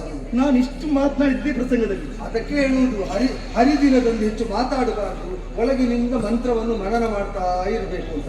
ಆಗ ಬಾಯಾರಿಕೆ ಇರುವುದಿಲ್ಲ, ಹಸಿವು ಬಾಧಿಸುವುದಿಲ್ಲ. ಅದನ್ನೇ ಹೇಳಿದ್ದು. ನಾನು ಮಾತಿರ್ಲಿಲ್ಲ, ನೀನು ಬಂದದ್ರಿಂದ ಮಾತಾಡಿದ್ದು ಬಿಟ್ಟರೆ ನಾನು ಮಂತ್ರವನ್ನು ಮನನ ಮಾಡ್ತಾ ಇದ್ದೆ. ನನ್ನ ನಾಳೆಗೆ ರಸ ಎಲ್ಲ ಆರಿ ಮಾತಾಡುದು ಕಡಿಮೆ ಮಾಡು, ಮಂತ್ರ ಹೇಳು. ಅದಕ್ಕೊಂದು ಕೆಲಸ ಇದೆ, ನೀವು ಮನಸ್ಸು ಮಾಡಬೇಕು. ಇವಳದಕ್ಕೆ ಈಗ ಸಮಸ್ಯೆ ಮಾತ್ರ ಅಲ್ಲ, ಪರಿಹಾರವನ್ನು ತಂದಿದ್ದಾನೆ. ಹೇಳ್ತದೆ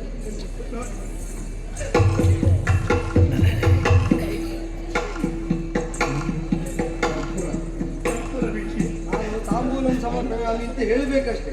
ಭೂಗಫಲ ಸಹಿತವಾಗಿ ತಾಂಬೂಲಂ ಸಮರ್ಪಯಾಮಿ. ಈ ಮನುಷ್ಯನ ಅದೇ ಕತೆ ಮುಂದೆ ಹೋಗ್ಲಿಕ್ಕೆ ಇಲ್ಲ ಇವರಿಗೆ.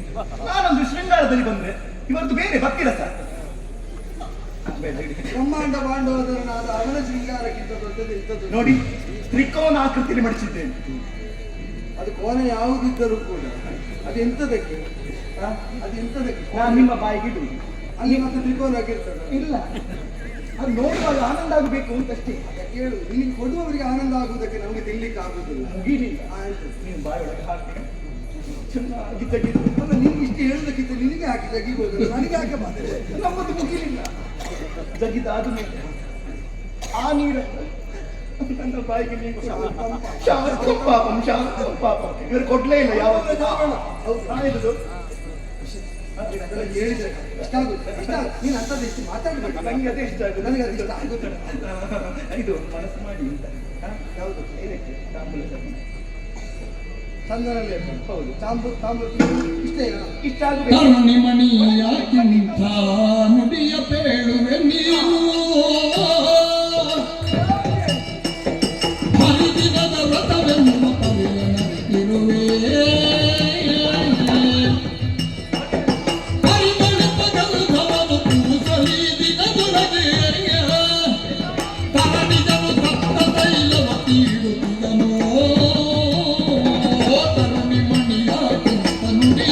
ಬೇಡುವೆಯ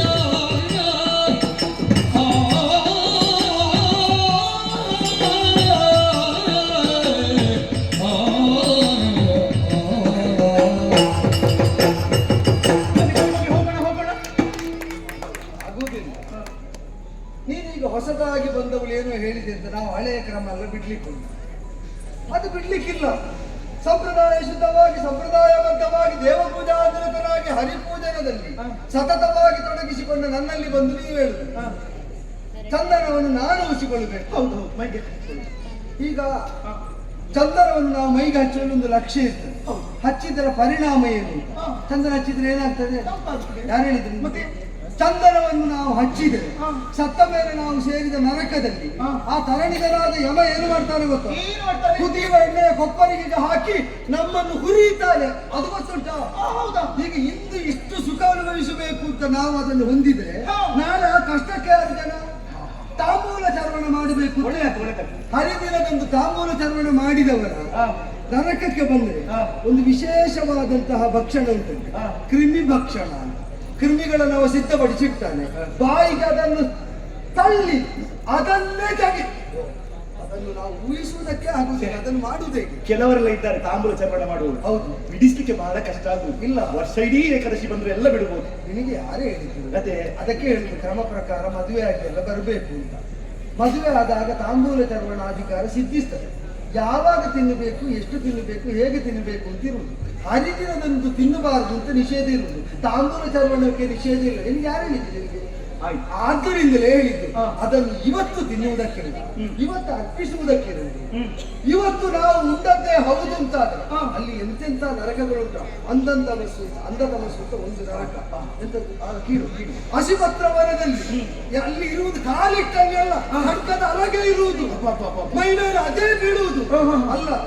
ಅಲ್ಲಿ ಕುಂಭಿಪಾಕಾದಿ ರೌರವ ನರಕಗಳು. ಅದೆಲ್ಲದರಲ್ಲೂ ನಾವು ಬಬಡೆ ಅನುಭವಿಸುವುದಕ್ಕಿಂತ ಇಂದು ಇಲ್ಲಿ ಇವನನ್ನು ಆರಾಧಿಸಿದರೆ ಸಂಭಾವ್ಯವಾದ ನರಕ ಎಲ್ಲ ತಪ್ಪುತ್ತದೆ. ಪರಿಣಾಮವನ್ನೇ ಲಕ್ಷಿಸಿ ನಾವು ಕರ್ಮ ಮಾಡುವುದು ಅಂತಾದ್ರೆ ಭವಿಷ್ಯದಲ್ಲಿ ಒಳ್ಳೆಯದಾಗುವುದಕ್ಕೆ ಇಂದೊಂದು ದಿವಸ ಉಪವಾಸ ಇದ್ರೆ ನೀನು ವೈದ್ಯರಲ್ಲಿ ಹೋಗಿ ಕೇಳು. ಇಲ್ಲಿ ಇಲ್ಲ ಇಲ್ಲ ಅವರ ಮನೆಯಲ್ಲೇ ಅವರು ಏಕಾದಶಿ ಮಾಡ್ತಾ ಇರಬೇಕು. ಇಲ್ಲದಿದ್ರೆ ವೈದ್ಯರನ್ನು ಕರೆದು ಕೇಳಬಹುದು. ಸಿಗುವ 3 ಹೊತ್ತು ಊಟ ಮಾಡುವುದಕ್ಕಿಂತ ಪಕ್ಷದಲ್ಲಿ ಒಂದು ದಿವಸ ಆದ್ರೂ ಉಪವಾಸ ಇದ್ರೆ ಆರೋಗ್ಯಕ್ಕೆ ಒಳ್ಳೆಯದಲ್ಲ ಅಂತ ಅವರು ಹೇಳಿದ್ರೆ ನನ್ನೆಲ್ಲ ಮಾತಿಂದ ತೆಗಿದ್ದೇನೆ. ಅವ್ರು ಸಿಗಬೇಕು, ಅದೇ ಅವರೆಲ್ಲ ಹೋಗಿ ಕೇಳಬೇಕು ನೀವು. ಆದ್ದರಿಂದ ಮತ್ತೆ ಪಂಚಸಹಾಯಕನು ಬಿಟ್ಟಂತಹ ಕಬ್ಬಿಲ್ಲಿನಿಂದ ಪ್ರಯೋಗಿಸಿದ ಸುಮಶರಗಳ ಕುರಿತಾಗಿ ನೀ ಹೇಳಿದ ಅದು ನಿನಗೆ ಬಿಟ್ಟ. ನಾನು ಇಲ್ಲಿದ್ದೇನೆ, ನನಗೆ ಒಂದು ಬಾಣೋ ಬಿಟ್ಟಿಲ್ಲ. ಈಗ ಮನ್ಮಥ 5 ಬಾಣ ಒಬ್ಬರಿಗೆ ಬಿಟ್ರೆ ನೀನು ಹೇಳಿದ ಕಾಮಕಲಾಪ ನಡೀತದ? ಅದಕ್ಕೆ ಪೂರಕವಾಗಿ ಒದಗಿದ್ರೆ ಪೂರಕವಾಗಿ ಒದಗಬೇಕು ಅಂತಾದ್ರೆ ಅವರು ಬಿಡಬೇಕಲ್ಲ. ನಿಮಗೆ ನನಗೆ ಬಿಟ್ಟಿದ್ದ ನಾ ಬಾಧ ಸಹಿಸಿಕೊಳ್ಳಿಕ್ಕಾಗುವುದಿಲ್ಲ, ಶಮನಾಗಬೇಕು ಅಂತ ಕೇಳುದು ನಾನು. ನನಗೆ ಒಂದಿನಿತು ಪ್ರಚೋದನೆ ಬರುವುದಿಲ್ಲ, ನನಗೆ ಒಂದು ಬಾಣವೂ ಬಿಟ್ಟಿಲ್ಲ ಅಂತ ಹೇಳುದು ನಾನು. ಅದಕ್ಕೆ ಶಮನಾಗುವುದಕ್ಕೆ ಏನು ಗೊತ್ತುಂಟ? ಅವನಲ್ಲಿದ್ದದ್ದು ಬಾಣ ಬೇಡ, ಎಂತದ್ದು ಜೊತೆಯಾಗಿ ಅಂತ ಇಲ್ಲ. ನಾನು ಹೇಳುವುದು ಎಲ್ಲವೂ ಆಗುತ್ತದೆ. ಸುಮಸಾಯಕನಾದ ಮನ್ಮಥನ ಶರದ ಉಳಿತಾಗದೇ ಇರುವುದಕ್ಕೆ ಶಾರ್ಂಗಧನ್ವಿಯಾದ ನಾರಾಯಣನ ಉಪಾಸನೆ ಮಾಡಬೇಕು. ಅವನ ಅಪ್ಪ ಇವನ ಕೈಯಲ್ಲಿ ಬಿಲ್ಲು ಬಾಣಗಳನ್ನು ಕಾಣುತ್ತಾ ಅವನಿರುವ ಸನ್ನಿಧಿಗೆ ಅವ ಬರುವುದೂ ಇಲ್ಲ. ಅದಕ್ಕೆ ಹೇಳಿದ್ದು ನಿನಗೆ ಅವ ಬಾಣ ಬಿಟ್ಟದ್ದು ಯಾಕೆ ಗೊತ್ತಾ? ಹರಿದಿನವಾದರೂ ಭೋಗಲಾಲಸೆಯಲ್ಲಿ ನೀನಿದ್ದದ್ದರಿಂದ, ಹರಿದಿನವಾದರೂ ಭಕ್ತಿಲಾಲಸೆಯಲ್ಲಿ ನೀನಿರು. ನಿನ್ನ ಸುದ್ದಿಗೆ ಅವ ಬರುವುದಿಲ್ಲ. ಬನ್ನಿ, ನಂಗೆ ಸ್ಪಷ್ಟವಾಗಿ ಅರ್ಥ ಆಯ್ತು. ಅಪ್ಪ ಮಗನಿಗೆ ಸರಿ ಇಲ್ಲ ಅಂತ ನೀವು ಅಪ್ಪನ ಪೂಜೆ ಮಾಡ್ತಾ ಇದ್ದೀರಿ, ಮಗನಿಗೆ ಬಾಧೆ ಕೊಡ್ತಾ ಇದ್ದಾರೆ, ಸಹಿಸಿಕೊಳ್ಳಿಕ್ಕೆ ಆಗುತ್ತಾ ಇಲ್ಲ. ಅಪಾರ್ಥ ಕಲ್ಪಿಸಿ ಅಪ್ಪನನ್ನು ಪೂಜೆ ಮಾಡಬೇಕಾದನ್ನು ಮಾಡದಿದ್ರೆ ಮಗ ಬಾಧೆ ಕೊಡ್ತಾನೆ. ಅಪ್ಪನನ್ನು ಪೂಜಿಸುವಾಗ ಪೂಜಿಸಿದರೆ ಮಗ ಪೂರಕವಾಗಿ ಒದಗಿ ನನ್ನನ್ನು ಹೇಗೆ ನಿರುಮ್ಮಳವಾಗಿ ಪೂಜಾರತನನ್ನಾಗಿ ಮಾಡುವುದಕ್ಕೆ ಬಿಟ್ಟು ಬಿಟ್ಟಿದ್ದಾನೆ. ನಿನ್ನನ್ನು ಹಾಗೆ ಚೆನ್ನಾಗಿ ಬೋಧನೆ ಮಾಡ್ತಾ ಇದ್ದೀರಿ.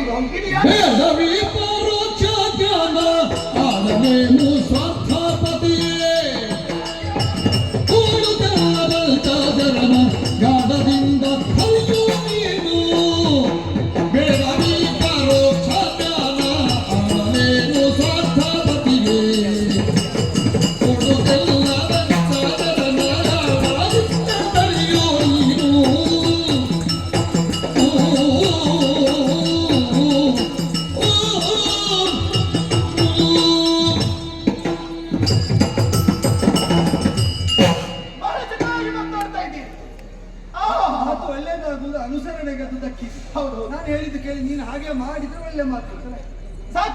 ನಿಮ್ಮ ಈ ಪರೋಕ್ಷ ಜ್ಞಾನ ಸಾಕು, ಹೆಚ್ಚಾಗಿ ತಿಳ್ಕೊಂಡದ್ದೆಲ್ಲ.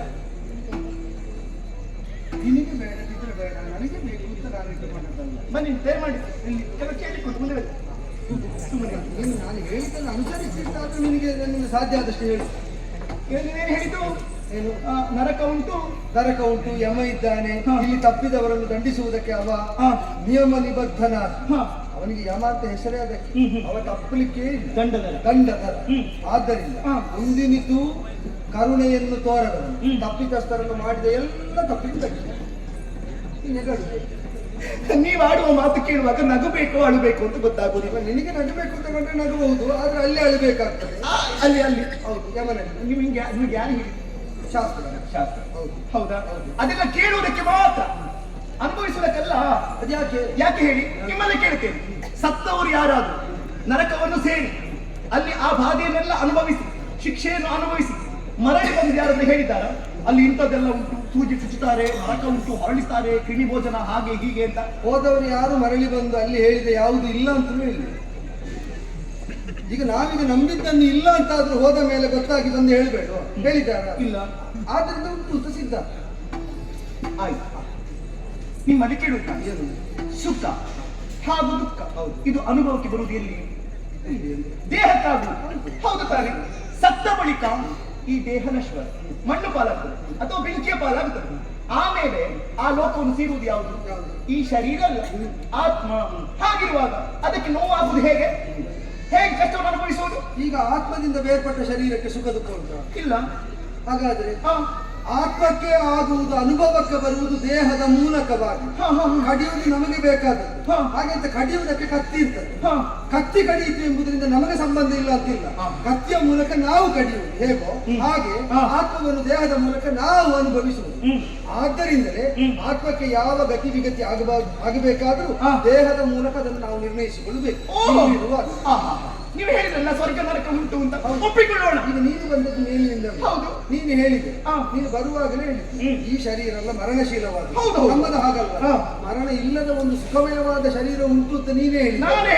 ಆಗಿದ್ದ ಮೇಲೆ ಅಂಥದ್ದನ್ನೇ ಹೊಂದುವಲ್ಲಿ ನಾನು ಪ್ರಯತ್ನಿಸಿದ್ರೆ ನಿನಗೆ ಯಾಕೆ ಆಕ್ಷೇಪ? ಅದಾಗುವುದಿಲ್ಲ. ಯಾಕೆ? ಈ ಕಾಲಕ್ಕೆ ಕಾಮ ಬಾಧೆಯನ್ನು ಸಹಿಸಿಕೊಳ್ಳಿಕ್ಕಾಗುವುದಿಲ್ಲ. ನೋಡಿ, ಬಾಧೆ ಅಂತ ನೀನೇ ಹೇಳಿದ ಮೇಲೆ ಅದಕ್ಕೆ ನೀನೇ ಸಹಿಸುವುದಕ್ಕೆ ಏನಾದ್ರು ಉಪಶಮನ ನಿಮ್ಮಿಂದ ಮಾತ್ರ ಆಗುವುದು. ಹಸಿವಾದಾಗ ಊಟ ಮಾಡಬೇಕು, ಬಾಯಾರಿಕೆ ಆದಾಗ ನೀರು ಕುಡಿಯಬೇಕು. ಮತ್ತೆ ಅಲ್ಲ, ಮನೆಗೆ ಬೆಂಕಿ ಬಿದ್ದಾಗ ಮೊದಲು ನಂದಿಸುವಂತಹ ಪ್ರಯತ್ನ ಮಾಡಬೇಕು. ಆಮೇಲೆ ಪ್ರಶ್ನಿಸುವುದು ಯಾರು ಬೆಂಕಿ ಕೊಟ್ಟರು, ಎಲ್ಲಿಂದ ಬೆಂಕಿ ಬಂತು ಅಂತ. ಮೊದಲು ಆ ಪ್ರಯತ್ನ ಮಾಡಬೇಕು. ಹಸಿವಾಗಿ ಪತಂಗ ಒಂದು ಹಣ್ಣೆಂದು ಭ್ರಮಿಸಿ ದೀಪ ಶಿಖೆಯ ಸುತ್ತಲೂ ತಿರುಗುತ್ತಾ ಇರ್ತದೆ. ಹೌದು. ಈಗ ಅದಕ್ಕೆ ಹಸಿವಾಗಿದೆ, ಹಣ್ಣು ಬೇಕು ಅಂತ ಆ ದೀಪವನ್ನೇ ಹಣ್ಣು ಅಂತ ಭ್ರಮಿಸಿ ತಿನ್ನುವುದಕ್ಕೆ ಬಿಡುವುದು. ಜೀವದಯ ಇದ್ದವರು ಆ ಪತಂಗವನ್ನು ಆ ದೀಪದಿಂದ ದೂರ ಮಾಡುವುದು. ಈಗ ಅದಕ್ಕೆ ಹಸಿವಾದದ್ದು ಎದುರು ಕಾಡ್ತಾ ಇರುವುದು ಹಣ್ಣು ಅಂತ ಭಾವಿಸಿದ್ದು ಸತ್ಯ. ಅದು ಭ್ರಮೆ ಅಲ್ವದ್ರದ್ದು. ಅದು ನಮಗೆ ಗೊತ್ತುಂಟಲ್ಲ. ನಿನಗೆ ಈಗ ಆಹಾರ ಅಂತ ಕಾಣುವುದು ನಿನ್ನ ಭ್ರಮೆ, ಅದು ಆಹಾರವಲ್ಲ ಅಂತ ತಿಳಿದ ನಾನು ಹೇಳಿ ತಿದ್ದುವುದಕ್ಕೆ. ಇದು ಭ್ರಮೆ ಅಲ್ಲ, ನಮ್ಮಿಂದ ಆಗುತ್ತದೆ. ಈ ಭೂಲೋಕವನ್ನೇ ಸ್ವರ್ಗ ಮಾಡುವುದಕ್ಕಾಗುತ್ತದೆ, ನರಕ ಮಾಡುವುದಕ್ಕಾಗುತ್ತದೆ. ನೀವು ಮನಸ್ಸು ಮಾಡಬೇಕಷ್ಟೇ. ಈ ನರಕದಲ್ಲಿ ಬಿದ್ದು ಸಾಯ್ಬೇಕು. ಸ್ವರ್ಗ ಸುಖ ನಾನು ತೋರಿಸ್ತೇನೆ, ಬನ್ನಿ. ಇದು ಕಾಲ ಯಾಕಲ್ಲ, ಕಾಲವಲ್ಲಿದೋ ಸಚ್ಚಿದಾನಂದ ಮೂರ್ತಿಯ, ಕಾಲವಲ್ಲಿದು ಸಚ್ಚಿದಾನಂದ ಮೂರ್ತಿಯ, ನೀನು ಧ್ಯಾನ ತುಡಿಯುತ್ತ ತಾಡಿಂದು ಮಾಡೆ ಮಾತ್ರವೇ ಚಂದಿರಾನರಿ, ತಾಡಿಂದು ಮಾಡಿ ಮಾತ್ರವೇ ಚಂದಿರಾನರಿ, ಮೇಲೆ ನಿನ್ನನ್ನು ಪೂಜಿಪೇನು. ಕಾಲವಲ್ಲಿದು ಸಚ್ಚಿದಾನಂದ ಮೂರ್ತಿಯ, ನಿನ್ನ ಧ್ಯಾನದೋ ಇರುತ್ತಾ. ಬನ್ನಿ ಬನ್ನಿ ಬನ್ನಿ ಬನ್ನಿ. ಕಾಲ ಅಂತ ಉಂಟು. ಅದೇ, ಆದ್ದರಿಂದಲೇ ಅದನ್ನು ಮೀರಿ ನಾವು ವ್ಯವಹರಿಸುವುದಕ್ಕಾಗುವುದು. ಹರಿದಿನದ ವ್ರತ ಇದು. ರಾಜ್ಯಕ್ಕೆ ರಾಜ್ಯವೇ ಆಚರಿಸಬೇಕು ಅಂತ ಶಾಸನ ಮಾಡಿದ ಪ್ರಭುನ ಇನ್ನೊಬ್ಬರು ಮಾಡಬೇಕು ಅಂತ ಹೇಳಿದ್ದನ್ನು ನಾನೇ ಮಾಡಲಿಲ್ಲ ಅಂತ ಆದ ಮೇಲೆ ನಾವ್ಯಾಕೆ ಮಾಡಬೇಕು ಅಂತ ಯಾರಾದರೂ ಕೇಳಿದ್ರೆ ನನ್ನಲ್ಲಿ ಉತ್ತರ ಉಂಟು? ಇಲ್ಲ. ನಿನಗೆ ಪತಿಯಾಗಿ ನಿನ್ನನ್ನು ವರ್ಣ ಮಾಡಿ ಇಲ್ಲಿಗೆ ಕರೆತಂದ ಮೇಲೆ ನಾ ಪ್ರಭುವಾದದ್ದಲ್ವಲ್ಲ. ಪ್ರಭುವಾಗಿರುವಾಗ ನಿನ್ನನ್ನು ಕರೆತಂದ ಅಂದ್ರೆ ಅಯೋಧ್ಯೆ ಅಧಿಪತಿಯಾದ ರೂಪಾಂಗದ ಭೂಪತಿಯನ್ನು ಒಪ್ಪಿ ನೀನು ಬಂದು ಅಂದ್ರೆ ಆಧಿಪತ್ಯವನ್ನು ಅಯೋಧ್ಯೆಯನ್ನು ಅವರನ್ನು ನಾ ಪಾಲಿಸುವ ವಿಷಯವನ್ನು ನೀನು ಅಂಗೀಕರಿಸಿದ್ದಿಂತಾಯ್ತಾ ಇಲ್ಲ. ಅವರು ಆಚರಿಸಬೇಕಾದನ್ನು ನಾನು ಮಾಡಿ ತೋರಿಸಿ ಅವರಲ್ಲಿ ಮಾಡುವುದಕ್ಕೆ ಹೇಳಿ. ಏಕಾದಶಿ ಸರ್ವದಾ ನಿಷಿದ್ಧವಾದದ್ದು ಈ ಭೋಗಾದಿಗಳಿಗೆ. ಶಾಸ್ತ್ರ ಏನು ಹೇಳ್ತದೆ ಗೊತ್ತಾ? ಏನು? ವರಂ ಸುರಾಪಾನವರು ನಾವು ಕುಡಿಯಬಹುದು, ಅದಾದ್ರೂ ಆಗಲ್ಲ. ಗೋಮಾಂಸ ಭಕ್ಷಣೆ ಆದ್ರೂ ಮಾಡಬಹುದು, ಸ್ವಮಾತ್ರ ಗಮನವಾದ್ರೂ ಅದು. ಏಕಾದಶಿ ಅನ್ನ ಭೋಜನ ಇದರರ್ಥ ಅದೆಲ್ಲ ಮಾಡಬೇಕು ಅಂತ. ಸುರಾಪಾನ ನಿಷಿದ್ಧಕರ. ಗೋಮಾಂಸ ಭಕ್ಷಣ ಯಾವತ್ತೂ ನಾವು ಕಲ್ಪಿಸಬಾರದು. ಸ್ವಮಾತ್ರ ಗಮನ ಅನ್ನೋದು ಹೇಯಾತಿ ಹೇಯವಾದದ್ದು. ಅದಾದ್ರೂ ಆಗಬಹುದು, ಇದಾಗುವುದಿಲ್ಲ ಅಂದ್ರೆ ಏನು ಅರ್ಥ? ಏನು? ಅದಕ್ಕಿಂತಲೂ ಇದು ಹೇಯವಾದದ್ದು. ಏಕಾದಶಿ ಎಂದು ನಾವು ಭೋಗಕ್ಕಾಗಿ ಅನ್ನ ಉಣ್ಣುವುದಾಗಲಿ, ಸುಖಕ್ಕಾಗಿ ಹಂಬಲಿಸಿ ಹೊನ್ನಿನ ಹೆಣ್ಣಿನ ಮಣ್ಣಿನ ಯಾವುದೋ ಸೌಖ್ಯವನ್ನು ಅರಸ್ತ ಅಂಡಲಿಯುವುದಾಗಲಿ ನಿಷಿದ್ಧವಾದದ್ದು ಅಂತ ಶಾಸ್ತ್ರ ಹೇಳಿದೆ. ಸರಿ, ಆ ಕಾರಣದಿಂದ ನಾನು ಹೆಚ್ಚೇನು ಕೇಳಲಿಲ್ವಲ್ಲ. ನಿನಗೆ ಸುಖ ಕೊಡುವುದಿಲ್ಲ, ಹೊಣೆ ಇಲ್ಲ ಅಂತ ಹೇಳಿದ್ದಲ್ಲ. ನಿನ್ನೆ ದಶಮಿ, ನಿಂದು ಏಕಾದಶಿ, ನಾಳೆ ದ್ವಾದಶಿ, ಪಕ್ಷದಲ್ಲಿ 3 ದಿನ ಮಾತ್ರ.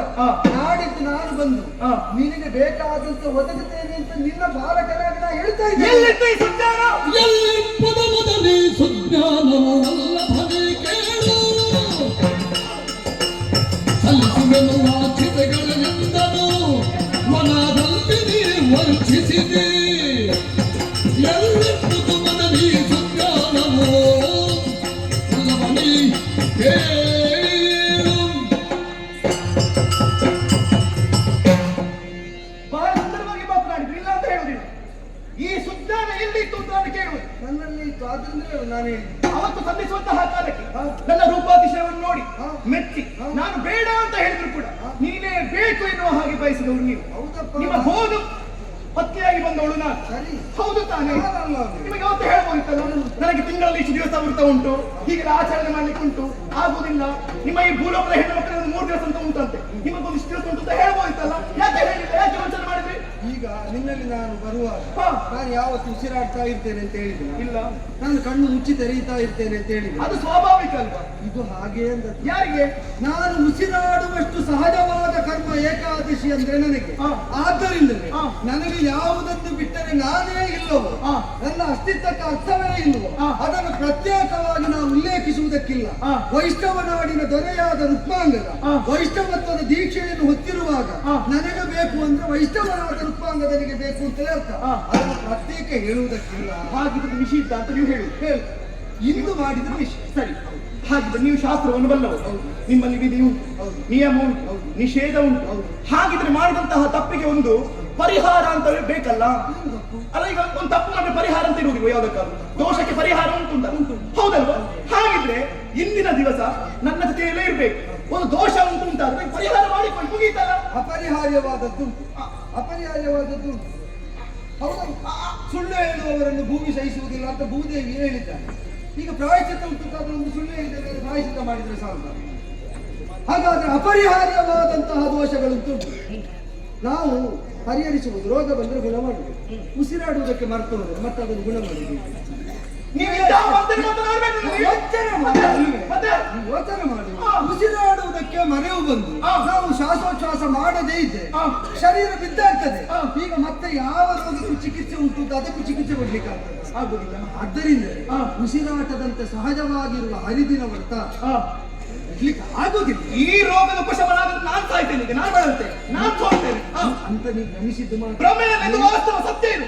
ಏನಾಗುವುದಿಲ್ಲ. ಯಾಕಾಗುದಿಲ್ಲ? ಊರ್ಧರೇಕೋಸ್ಕರ ಎಷ್ಟು ಮಂದಿ ಮುನಿಮನೀಷಿಗೆ ನಾನು ಮುನಿಯಲ್ಲ, ನಾನು ತಾಪಸಿ ಅಲ್ಲ. ಈಗ ಒಂದು ದಿವಸಕ್ಕೆ ಆಗುವಂತದ್ದು ನಾನಾಗಿದ್ದು. ನೀವು ಒಂದು ದಿವಸಕ್ಕೆ ಬನ್ನಿ ಅಂತ ಹೇಳುದು, ಬಿಡಿ ಅಂತ ಹೇಳ್ತಾರೆ. ಅದನ್ನು ಬಿಟ್ಟಾದರೂ ಬದುಕಬಹುದು, ಇದನ್ನು ಬಿಟ್ಟು ಬದುಕುವುದಕ್ಕಾಗುವುದಿಲ್ಲ. ಆಗುದಿಲ್ಲ, ಆದ್ದರಿಂದ ಬರುವುದಿಲ್ಲ. ನೀವು ಕೊಟ್ಟಿರುವ ಭಾಷೆ ಕೊಟ್ಟಿಗೆ ವಾಸೆ ತೆರೆದಳು ನಡೆಯದ ಬಿಟ್ಟರೆ ಕೇಳ್ಕೊರೆಯೇ ದುಷ್ಟ ನೀನೆಂದರು. ಸುರನರೆಲ್ಲ ಕೈ ತಟ್ಟುತ್ತ ನಗುತ್ತಿಗರು. ಕೊಟ್ಟಿಗೆ ಭಾಷೆ ನೆನಪುಂಟಲ್ಲ? ಎಷ್ಟು ಸುಂದರ ಸುಮುಖಿಯಾದ ಸುಭಾಷಿಣಿಯಾಗಿದ್ದವರು ನೀನು ಇಷ್ಟ ಆಕ್ರೋಶದಿಂದ ವ್ಯಗ್ರರಾಗಿ ಉಗ್ರರಾಗಿ ಯಾಕೆ ಮಾತಾಡುವುದು? ಬೇಡ, ಹಾಗೆ ನಾ ಕೇಳ್ತಾ ಇರುವುದಲ್ವ. ಇದಾದ್ರೂ ಸರಿ, ಆ ಶೀಲ ಸ್ವಭಾವಕ್ಕೆ ಸಮ್ಮತ. ಅಂತಃಪುರವನ್ನು ಸೇರೋಣ, ಹಂಸ ತೂಲಿಕಾ ದರ್ಪದಲ್ಲಿ ಓಡಿಸೋಣ. ಮನೋಹರ, ಅಂತಃಪುರದಲ್ಲಿ ಹಂಸತೂರಿಕಾ ತಲ್ಪದಲ್ಲಿ ನಾವು ಎಷ್ಟು ಪವಡಿಸಿದರೂ ಕೂಡ ಆ ಬಾಧೆ ಸಂಪೂರ್ಣ ಉಪಶಮನ ಆಗುವುದಿಲ್ಲ. ಅದಾಗಬೇಕು ಅಂತಾದರೆ ಕಾಮಬಾಧೆಯನ್ನು ನಿರೋಧಿಸುವುದಕ್ಕೆ ಕಾಮಪಿತನ ಪೂಜೆಯನ್ನೇ ಮಾಡಿ ಭಾಷೆ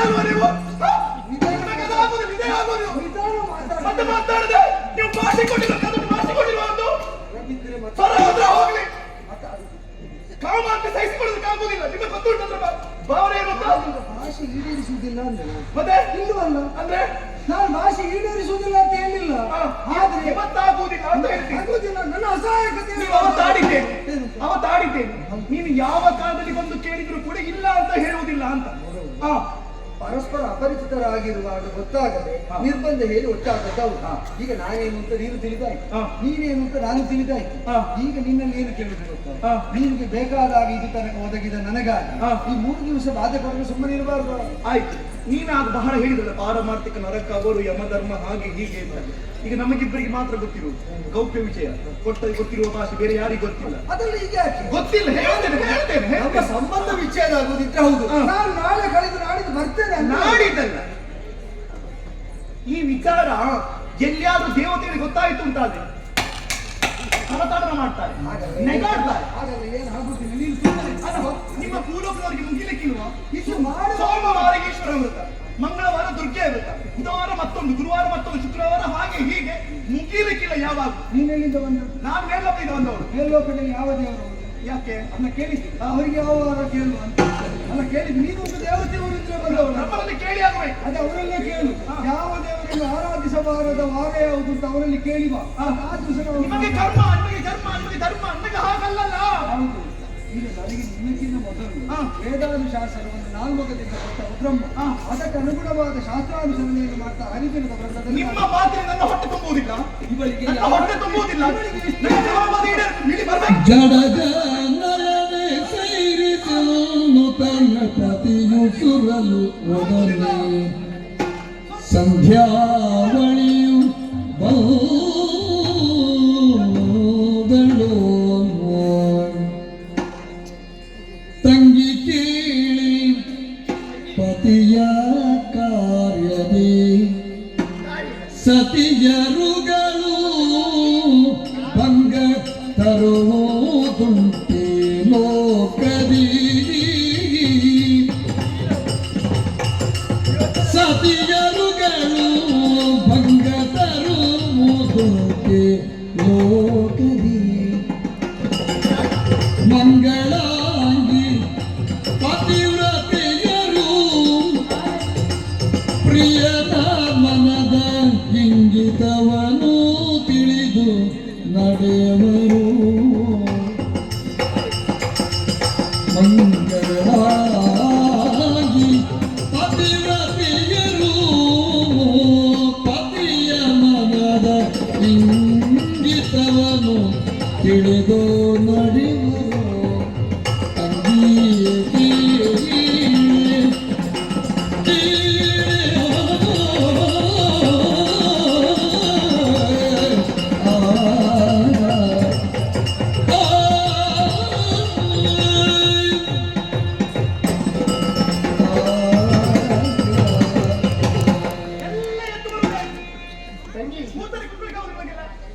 ತಂಗಿ ಅವ್ರು ಆಗ್ತಾರೆ ಏಕಾದಶಿ ಏಕಾದಶಿ ಅಂತ.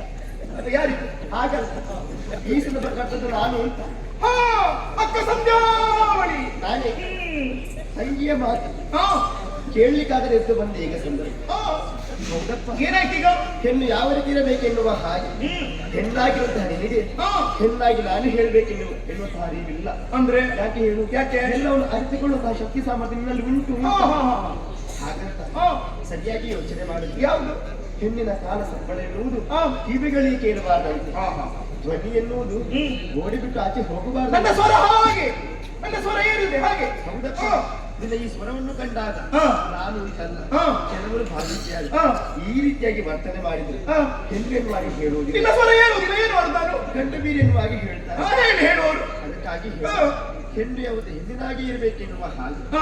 ಸರಿಯಾಗಿ ಯೋಚನೆ ಮಾಡುವಂತ ಯಾವುದನ್ನೇ ಪತಿವ್ರತ ಸ್ತ್ರೀಯರು ಹಾ. ಮಾಡುವಂತಹ ಕಾರ್ಯವಾದರೂ ಹೇಗೆ ಯಾವುದು? ತನ್ನ ಗಂಡ ಮಾಡುವಂತಹ ಹ್ಮ್. ಧರ್ಮ ಕಾರ್ಯಗಳಿಗೆ ಹ್ಮ್. ಅನುಕೂಲಿಯಾಗಿ ವರ್ತಿಸಬೇಕಾಗಿರುವುದು ಹ್ಮ್. ಸತ್ಯಾದ ಅವಳ ಕರ್ತವ್ಯ. ಹಾ. ಅವರಿಗೆ ನೆರಳಾಗಿರಬೇಕಾಗಿರುವುದು ಹ್ಮ್. ಅವಳ ಕರ್ತವ್ಯವೂ ಹೌದು. ಹ್ಮ್. ಅಂತಿರುವಾಗ ಹಾ.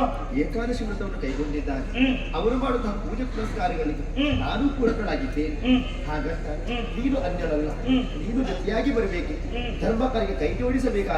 ಇದರ ಮುಖೇನವಾಗಿ ಧರ್ಮದ ಶಾಶ್ವತ ಕಾರ್ಯ ಎನ್ನುವುದು ನಮ್ಮ ಪಾಲಿಗೆ ಆಗುವುದಕ್ಕೆ ಸಾಧ್ಯ ಉಂಟು. ಹಾಗಾಗಿ ಹೇಳ್ತೇನೆ, ಕ್ಷಣಿಕವಾದಂತಹ ಸುಖಕ್ಕಾಗಿ ಇಷ್ಟೆಲ್ಲರಾದಂತ ಬರುವುದು ಸರಿಯೇ ಎನ್ನುವ ಹಾಗೆ ಹೇಳುವುದು. ಈಗ ಅವರ ಹೆಂಡತಿಯವರು ಆಯ್ತಾ ಮಾತನಾಡಿಯಲಾಯ್ತಾ? ಆರು ಕೇಳಿದವರು ಹರಡಿಪದಿ ಬೀಳದ ಅವತನವನ್ನು ಪಾರಮಾರ್ಥದಿ ಬಿಡುವಿದೆ, ಪಾರಮಾರ್ಥದಿ ಬಿಡುವಿದೆ, ಕಡಜನ್ನ ದಾರಿ ನೋಡ್ಬೇರು ಬೇಗನೆ.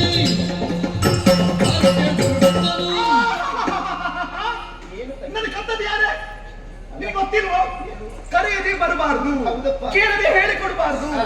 ಎದ್ದು ಬಂದೆಯಲ್ಲ, ನನ್ನ ಬರುವಿಕೆ ಯಾರು ಹೇಳಿತು? ಅಲ್ಲ, ಹಾ. ಈ ಸಲ ಬರಬೇಕು ಎನ್ನುವಾಗ ಯಾರು ಹೇಳಿಲ್ಲ. ಹಾ. ಬರುವ ಹಾಗೆ ನೀನೇ ಮಾಡಿಬಿಟ್ಟೆಯಲ್ಲ ಅಂತ ನಾನು ಕೇಳುವುದು. ನಾನು ಯಾರನ್ನು ಬನ್ನಿ ಅಂತ ಕರೆಯುವುದಿಲ್ಲ. ಹೌದಪ್ಪ. ಬಂದು ಪತಿವ್ರತೆ ಪಾಠ ಇಷ್ಟು ಹೇಳಿದ್ಯಲ್ವಾ, ಹಾ. ಇನ್ನೇ ಕೇಳೋದು. ಹಾ. ಇದೇನು ಕಾಡಿಸುವುದು? ಸರಿ ಮಾಡಿ. ಕರಿಮಣಿ ಇಲ್ಲಿ ಉಂಟಾ? ಉಂಟ ಇಲ್ಲಿ? ಅದೇ ಸಮಸ್ಯೆ ಆದ ನೀನು ಧರ್ಮ ಪತ್ನಿ, ಹಾ. ನಾನು ಧರ್ಮ ಪತ್ನಿ ಅಲ್ಲ, ನಾನು ಕಾಮ ಪತ್ನಿ, ಭೋಗ ಪತ್ನಿ. ಹಾ. ಹೌದು ತಾನೆ? ಹೌದಪ್ಪ. ನಾನು ಭೋಗಕ್ಕಾಗೇ ಇರು. ಹೌದು. ನಿನ್ನ ಧರ್ಮ ನನಗೆ ಬೇಡ. ಅದೇ. ನಿನಗೆ ಉಂಟು ಆಯ್ಕೆಗಳುಂಟು. ಹಾ. ಬೆಳಗ್ಗೆ ಬೇಗ ಏಳಬೇಕು. ಹೌದು. ಗಂಡ ಏಳುವ ಮೊದಲು ಹೇಳ್ಬೇಕು, ಗಂಡ ಮಲಗಿದ ಮೇಲೆ ಮಲಗಬೇಕು. ಹೌದು ತಾನೆ? ಹೌದಪ್ಪ. ಗಂಡ ಸತ್ತ ಮೇಲೆ ಏ, ಏನು ಮಾತಾಡ್ತೀರಿ? ಸಾಯಿ ಮೊದಲು ಸಾಯಬೇಕು ಮುಂದೆ. ಕಾರ್ಯದ ಮನೆಯಲ್ಲಿ ಹೌದು, ನಿಮಗೆ ಧರ್ಮ ಹೌದು. ಹಾ. ಇಗೋ ನೀನು ಸರಿ ಇರ್ತಿದ್ರೆ ಹಾ. ನನ್ನ ಹಿಂದೆ ಅವರು ಬರ್ತಿರ್ಲಿಲ್ಲ. ಹಾ. ನೀನು ಪಾಪ ಹಾ. ಆ ಸೆರಗನ್ನೆಲ್ಲ ಹೀಗೆ ಮುಚ್ಚಿಕೊಂಡು ಹಾ. ಹೋಗುವಾಗ ಯಾವ ಗಂಡಿಗಾದ್ರೂ ಆಸೆ ಆಗುದು ಹೌದಾ? ನಾನು ಎಲ್ಲಿ ಬಿಚ್ಚಿಡಬೇಕು, ಎಲ್ಲಿ ಮುಚ್ಚಿಡಬೇಕು ಎಲ್ಲವನ್ನು ಚೆನ್ನಾಗಿ ಅರಿತಿದ್ದೇನೆ. ಹಾಗೆ ನನ್ನ ಬಳಿಗೆ ಬಂದಿದ್ದಾರೆ. ಅದನ್ನು ಬಿಟ್ಟು ಮಾತನಾಡಲಿಕ್ಕೆ ಬಂದ್ರೆ ಜಾಗೃತಿ ಹೋಗಿ ಕುತ್ಕೊಳ್ಳಿ. ತಾಳು ತಾಳೆ ರಮಣಿ ದುಡುಕುಗಳೇ ತಕ್ಕೆ ಪೇಳುವೆ ಕೀಳ್ಸೋಣಿ. ಕಾಲ ಕಾಲಗಳುಂಟು ಮದನ ನಟ್ಟೊಳಿಗೀಗ ಕಾಲವಲ್ಲವೇ ತಾಳು ಶೀಲಗುಣಾಟಿ. ತಾಳು ತಾಳೆ ರಮಣಿ ದುಡುಕುಗಳೇ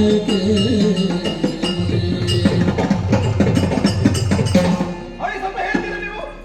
ಎಷ್ಟು ಮಾತನಾಡ್ತಾರೆ ಅವಳು? ನನಗೆ ಬುದ್ಧಿ ಬಂದ ಹೇಳಕ್ಕೆ ಬರ್ತಾರೆ ಅವಳು. ನಿನಗಿಲ್ಲ ಅಂತ ಬ್ರಹ್ಮಾಂಡದಲ್ಲಿ ಎಲ್ಲಿಯೂ ಇಲ್ಲ ಅಂತ. ಯಾವುದು? ಪತಿವ್ರತೆಯಾದವಳಿಗೆ ಆದರ್ಶ ರೂಪಿಣಿಯಾಗಿರುವವಳು ಹಾ. ಈ ಲೋಕದವರು ಮಾತ್ರ ಅಲ್ಲ, ಹಾ. ಪರಲೋಕದಲ್ಲಿ ದೇವೇಂದ್ರನ ಸತಿಯಾದ ಶಚಿ, ಬ್ರಹ್ಮನ ಮಡದಿಯಾದ ಸರಸ್ವತಿ. ಅನುಸರಿಸುವವರು ಅನುಸರಿಸಿ, ನನಗೆ ಯಾವ ಬಾಧೆ ಬೇಡ. ಎಲ್ಲಿ ಹೇಳಿದ್ದು ನಾನು, ಹಾ. ನಿನ್ನ ಲೋಕದಲ್ಲಿದ್ದ ದೇವಾನುದೇವತೆಗಳಿಗೆ ಸತೀ ಧರ್ಮ ಏನು ಅಂತ ಗೊತ್ತಿದ್ದು ಅನುಸರಿಸುವವರು ಅಲ್ಲಿದ್ದರಿಂದ ಹಾ. ಅವಳು ಏನೋ ಮಾಂಗಲ್ಯ ಬಂಧನ ಮಾಡಿದ್ದ ಅಪಚಾರ. ಹ್ಮ್. ನಿನಗೆ ಬೇಕು ಅಂತ ನಿರ್ಬಂಧಿಸಲಿಲ್ಲ. ನೀನು ಯೋಚನೆ ಮಾಡಿ. ಯಾವುದನ್ನು? ಕಾಲ ಕಾಲಗಳುಂಟು. ಅವಳೆಲ್ಲಿ ಆದರೂ ನಮ್ಮ ಅಂತಃಪುರಕ್ಕೆ ಬಂದು ನಮ್ಮ ಪ್ರೇಮಕ್ಕೋ ಕಾಮಕ್ಕೋ ಕಲಾಪಕ್ಕೋ ಭಂಗ ತಂದದ್ದುಂಟು ಮಾಡಿದ್ದಿಲ್ಲ ಅವಳು. ಇಂದು ಯಾಕೆ ಹೇಳಿದ್ರು? ಯಾಕೆ ಹೇಳಿದವಳು? ಅವಳ ನೆಲೆಗೆ ನೀನು ಬಂದಿದ್ದಿ. ಆಲೋಚನೆ ಮಾಡು. ಹಾ. ಇದು ಅಂತಃಪುರವಲ್ಲ, ಇದು ದೇವ ಮಂದಿರ. ಅದಕ್ಕೆ ನಾನು ಹೇಳುದಿಲ್ಲ, ಇತ್ತ ಹೋಗೋಣ, ಇಲ್ಲಿ ಬೇಡ ಅಂತ ಹೇಳುತ್ತಾ. ನಿಮಗೆ ಅರ್ಥ ಆಗುತ್ತಾನೆ ನೋಡಿ. ಹೇಳುದಾದ್ರೆ ಇಲ್ಲಿ ಬಂದು ನಿಂತಲ್ವೋ, ಹಾ. ಆದ್ದರಿಂದ ಅವಳು ಹೇಳಿದ್ದನ್ನು ಕೇಳಬೇಕಾಗುವುದು. ಯಾಕೆ ಅಂದ್ರೆ ಹಾ. ಧರ್ಮಕ್ಕೆ ಸತಿಯಾದ ಧರ್ಮಪತ್ನಿ ನೆಲೆಸಬೇಕಾದ ನೆಲೆ ದೇವ ಮಂದಿರ ಅಂದ್ರೆ. ಯಾಕೆಂದ್ರೆ ಪೂಜೆ ಅಂದ್ರೆ ಧರ್ಮ ಕಾರ್ಯ. ನೀನಲ್ಲಿ ಇರಬಾರದವಳು ಬಂದದ್ದರಿಂದ ಸಹಿಸಿದ್ದಾಳೆ, ಸುಮ್ಮನುಳಿದಿದ್ದಾಳೆ. ಎಷ್ಟಕ್ಕೂ ನೀನು ನಿರ್ಬಂಧಿಸುವಾಗ ಸತಿಯಾಗಿ ಅನಿವಾರ್ಯವಾಗಿ ನಾಲ್ಕು ಮಾತು ಸರಿಯಾಗಿ ನೀನು ಮಾತಾಡಬೇಡ ಅಂತೇಳಿ ಕಾಲ ಕಾಲಗಳು ಅವಳು ಯಾವಾಗಲಾದರೂ ಅವಳಿಗೆ ಬೇಕೆನಿಸುವಾಗ ನಾನು ನಿನ್ನೊಡನಿದ್ದದ್ದಕ್ಕೂ ಆಕ್ಷೇಪ ಹೇಳಿದ್ದಿಲ್ವಲ್ಲ. ಈಗ ದೇವರಿಗೆ ಬೇಕಾಗಿ ಇಲ್ಲಿರ್ತೇನೆ ಅಂತ ಹೇಳುವಾಗ ಕಾಲದ ಮಹತ್ವವನ್ನು, ದಿನದ ಮಹತ್ವವನ್ನು, ವ್ರತದ ಮಹತ್ವವನ್ನು ಮನಗಂಡು ಸುಮ್ಮನೆ ಇಲ್ಲಿಗೆ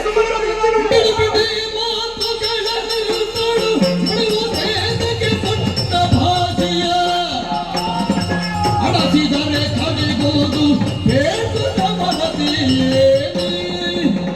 ಬಿಡು ಬಿಡು ಬಿಡು ಬಿಡು ಬಿಡು. ಬಹಳ ಒಳ್ಳೆಯದಾಗಿದೆ, ಬಹಳ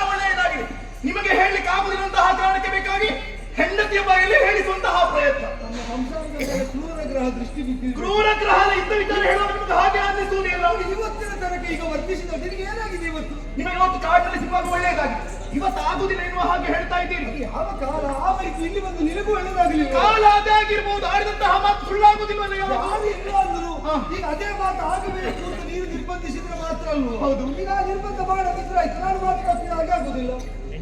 ಈಗ ನಿನಗಾಗಿ ನಾನು ಇಷ್ಟು ದಿನ ಬೇಕಾದಂತೆ ನಡ್ಕೊಂಡಿರುವಾಗ ನನಗಾಗಿ ಒಂದು 3 ದಿವಸ ಅದನ್ನು ಬದಲಾಯಿಸಿದ್ರೆ ಯಾವುದು? ನಿಮಗಾಗಿ ಅಷ್ಟು ಕಾಲದಿಂದ ಆ ಲೋಕದಿಂದ ಈ ಲೋಕಕ್ಕೆ ಬಂದವಳು ನಾನು, ಇಲ್ಲೇ ಉಳ್ಕೊಂಡವಳು ನಾನು. ಹಾಕಿರುವ ನನಗೆ ಬೇಕಾಗಿ ಈ ರಾತ್ರಿ ಕಳೆಯಬಹುದಲ್ವಾ? ಅನಿರ್ಬಂಧಿತವಾಗಿ ಇಷ್ಟು ಕಾಲ ನಿನ್ನ ಜೊತೆಗಿದ್ದವನು ನಾನು ಹೌದಲ್ಲ? ಹೌದು. ಈಗ ನಾನು ಕೇಳ್ತೇನೆ, ನಿನಗೆ ಬೇಕಾದಂತೆ ನಾನಿದ್ದೇನೆ, ನನಗೆ ಬೇಕಾದಂತೆ ನೀನು ಮಾಡಬೇಕಿತ್ತು ಅಂತ ಹೇಳಿದ್ದಲ್ಲ, ಏನು ಮಾಡಿದ್ದೀನಿ? ಯಾರು? ಏನು ಮಾಡಿದ್ದೀನಿ? ನಿಮಗೆ ಸುಖವನ್ನು ಕೊಟ್ಟಿಲ್ಲ ನಾನು? ಅದು ಪರಸ್ಪರ ವ್ಯವಹಾರ, ಅದು ಒಬ್ಬರೇ ಅನುಭವಿಸುವುದಲ್ಲ. ಪಾರಸ್ಪರಿಕವಾಗಿ ಇಬ್ಬರೂ ಸಂತೋಷದಿಂದಲೇ ಸುರತದಲ್ಲಿ ತೊಡಗಿಸಿಕೊಂಡದ್ದು. ಅದು ಅದಕ್ಕೆ ಭಿನ್ನವಾಗಿ ಕರ್ತವ್ಯ ಅಂತ ನೀನೇನಾದ್ರೂ ಮಾಡಿದ್ದೆ? ನೀವೇನು ಮಾಡಿದ್ದೀರಿ? ಯಾವುದು? ನೀವೇನು ಮಾಡಿದ್ದೀರಿ? ನಿನಗೆ ನಿರ್ಬಂಧ ಇರಲಿಲ್ಲ. ನಿನ್ನ ಎಲ್ಲ ನಿಬಂಧನೆಯನ್ನು ಒಪ್ಪಿ ಅನಿರ್ಬಂಧಿತಳಾಗಿ ಈ ಮಾಡಿದ್ದು ಶಾಸನ, ಹೇಳಿದ್ದು ಮಾತು, ಮಾಡಿದಂತಹ ಕರ್ಮವನ್ನು ಪ್ರಶ್ನಿಸುವುದಕ್ಕೆ ಯಾರು ಇಲ್ಲ ಅಂತ ಎಲ್ಲರನ್ನು ನಿಯಂತ್ರಿಸಲಿಲ್ಲ. ಹೌದು. ಇಷ್ಟು ಮಾಡಿದ್ದೆ. ಇದು ಮಾಡಿದ್ದು ಯಾಕೆ? ನನ್ನನ್ನು ಪಡೆಯುವಂತಹ ಪೂರ್ವದಲ್ಲಿ ಆಸೆ ಇತ್ತು, ಅದಕ್ಕೆ ಬೇಕಾಗಿ ಮಾಡಿದ್ದು ನೀವು. ಅಲ್ಲಿ ಹೇಳಿದ್ದು ನಾನು ಇಷ್ಟು ಮಾಡಿರುವಾಗ ನಿನಗಾಗಿ ಇಷ್ಟನ್ನು ಮಾಡಿದ ಮೇಲೆ ಕರುಣೆಯಿಂದಲಾದರೂ 3 ದಿವಸ ಸುಮ್ಮನಿದ್ದು ಬಿಡಿ. ನನ್ನ ಕರುಣೆ ಹೇಗೆ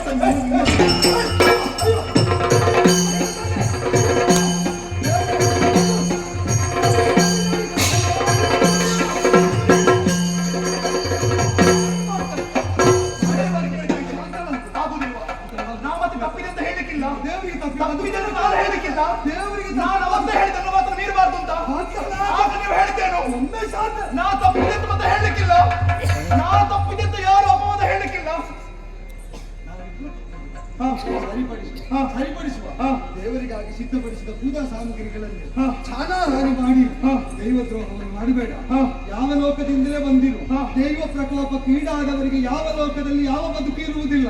ಆದ್ದರಿಂದ ದೈವದ್ರೋಹ ಎಣಿಸಬೇಡ. ನೋಡಿ, ಕಾಮನೆ ಈಡೇರದಾಗ ಬರುವುದು ಕ್ರೋಧ, ಸಿಟ್ಟು ಬರ್ತಾ ಉಂಟು. ಆಗುದಿಲ್ವಾ? ಇನ್ನು ನೀವೇ ಬರ್ತೇನೆ ಅಂತ ಹೇಳಿದ್ರು ಕೂಡ ನಾನು ಒಪ್ಪಿಕೊಳ್ಳಲ್ಲ. ನೀವು ಮಾಡಬೇಕಾದ್ದೇನು ಗೊತ್ತಾ?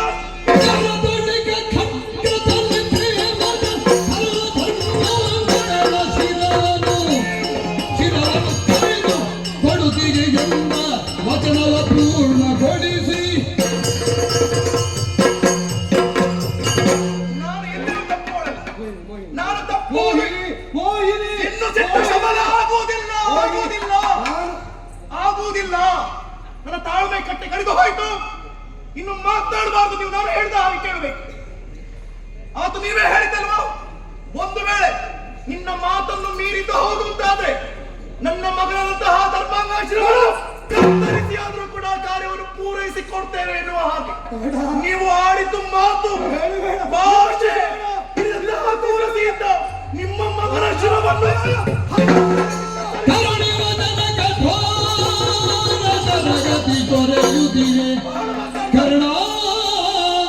ಭೂಪತಿ ಮರುಗಿ ಹಮ್ಮೈ ಸುತ್ತ ಧರೆಯೊಳಗೊರಗಲಾಕ್ಷಣದಿ ತರುಣಿ ಸಂಧ್ಯಾವಳಿಗೆ ಶೇತ್ಯುಪಚರಿಸಿ ಶಿರವಲ್ಲಿಗಗಿ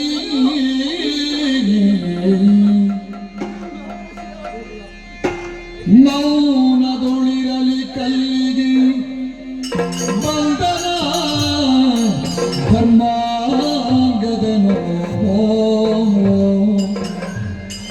ಏನಿಗೆನ್ನಯ ಪಿತ ಪಂಕಜನಾಭನ ಧ್ಯಾನ ಚಿತ್ತದೊಳಿರನು ನ್ಯೂನತೆ ಬಂದು ತಿಳಿದು ಚಿಂತೆಗಳೆಂದು ಜ್ಞಾನ ಶ್ರೀಲಗೆ ಬಾಗುತ್ತ ಏರಿದು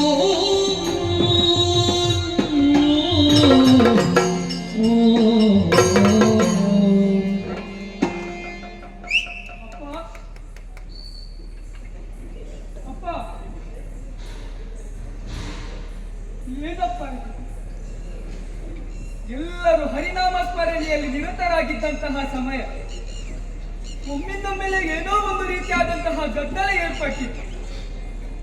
ಕತ್ತಲವೇನೆನ್ನುವುದನ್ನು ನೋಡುವುದಕ್ಕಾಗಿ ಇಲ್ಲಿಯವರೆಗೆ ಬಂದೆ ಎಂದಾದರೆ ನೀವೀರುವರು ನೆಲನೋಟಕರಾಗಿದ್ದೀರಿ. ಚಿಕ್ಕಮ್ಮನನ್ನು ನೋಡುವಾಗ ರೋಷದಲ್ಲಿದ್ದಾರೆ. ಮತ್ತೆ ಬಾರದೆ? ಏನೋ ಒಂದು ಅಹಿತಕರವಾದಂತಹ ಘಟನೆ ನಡೆದಿದೆ ಎನ್ನುವುದು ಸತ್ಯ. ಅಪ್ಪ ಏನಾಯ್ತಪ್ಪ? ಪಿಂತೆ ಮೋಗಿನಿಯನು ತರುವ ಕಾಲದಿ ಮನ ಬಂದಾಗರತಿ ಸುಖದಾಗ ಮೋಗಿನಿಯನು ತರುವ ಕಾಲದಿ ಮನ ಬಂದಾಗರತಿ ಸುಖದಾಗ ಚಂದದಿ ಕೊಡುವೆ ತಾನುಂಬ ವಚನ ಚಂದದಿ ಕೊಡುವೆ ತಾನುಂಬ ವಚನವೀಗ ಒಂದು ಕುವರ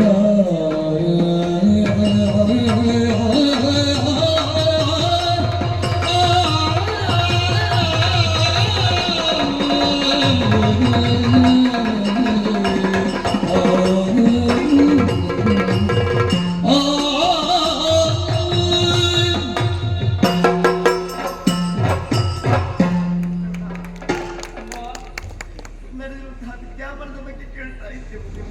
ಏನಾಯ್ತು?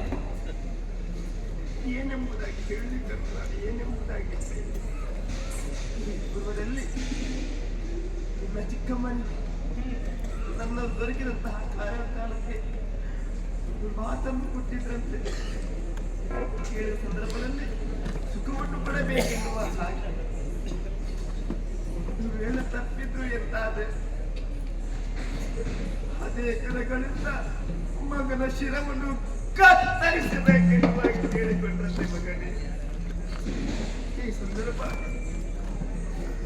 ನಿನ್ನ ಚಿಕ್ಕಮ್ಮನಿಗೆ ಬೇಕಾಗಿರುವುದು ಕನ್ನ ನಿನ್ನ ಶಿರ ಮಗನೇ, ನಿನ್ನ ಶಿರ ಕತ್ತ ಶಿರ. ಹರಿ ಹರಿ ಹರಿ ಹೇ ಏತಕಿ ಪರಿಚಿಂತಿತಾತ ತವ ಜಾತನ ನಿರಲು ಪ್ರಖ್ಯಾತ ನೀತಿ ತಪ್ಪುವುದುಂಟಿ ಈ ಜಗತ್ರಯಕ್ಕಾಗಿ ನೀತಿ ತಪ್ಪುವುದುಂಟಿ ಈ ಜಗತ್ರಯಕ್ಕಾಗಿ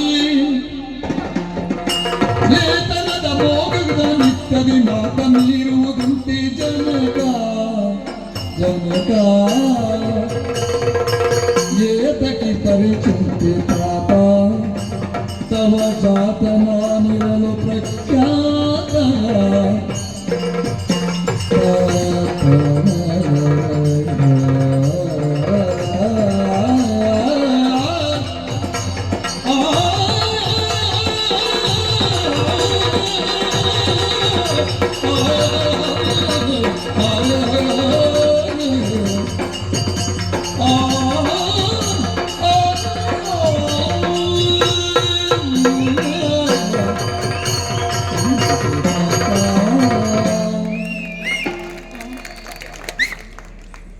ಈ ವಿಷಯಕ್ಕಾಗಿ ನೀವು ಅಳುತ್ತಾ ಇದ್ದೀರಾ?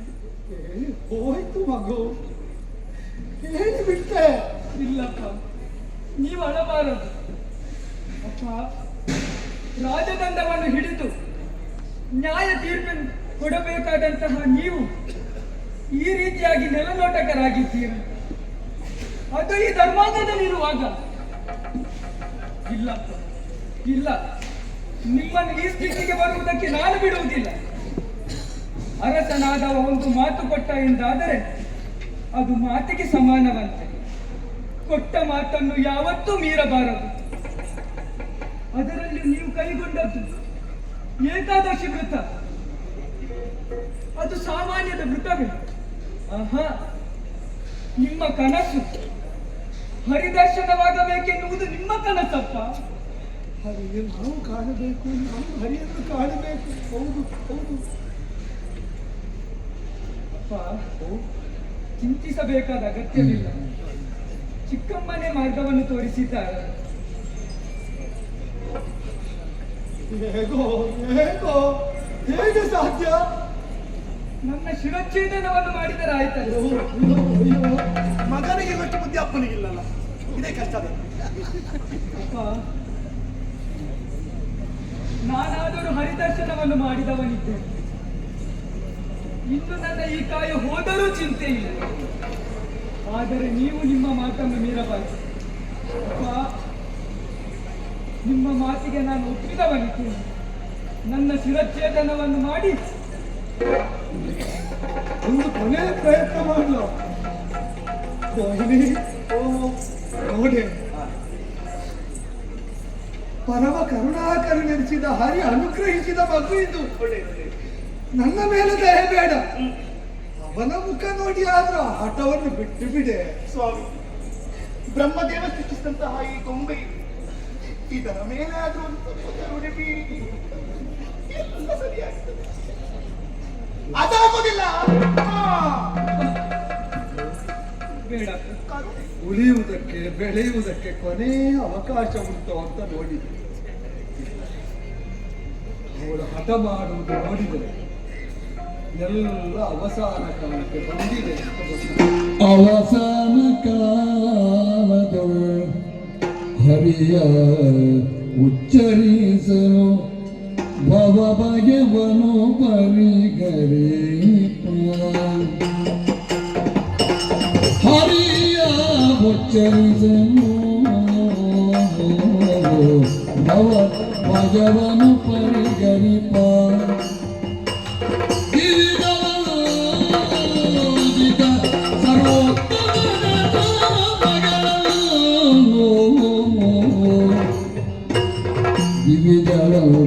ಸರ್ವೋತ್ತಮನ ನಾಮಗಳನ್ನು ತವ ಕದಿ ಭಗಿಸಯ್ಯ ಕುವರ ಹರಿಯ ನಾಮಗಳನ್ನು ತವ ಕದಿ ಭಜಿಸಯ್ಯ ಕುವರ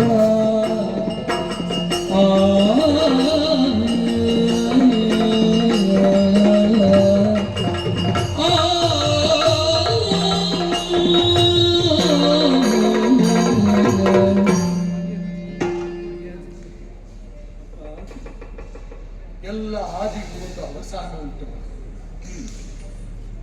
ನಾವು ಲೋಕದಲ್ಲಿ ಯಾವುದನ್ನು ಹಿಡ್ಕೊಂಡ್ರು ಬಿಡುವ ಕಾಲದಲ್ಲಿ ಬಂಧವನ್ನು ಬಾಧಿಸಬಾರದು ಅಂತ ತಿಳಿದವರು ಹೇಳಿ,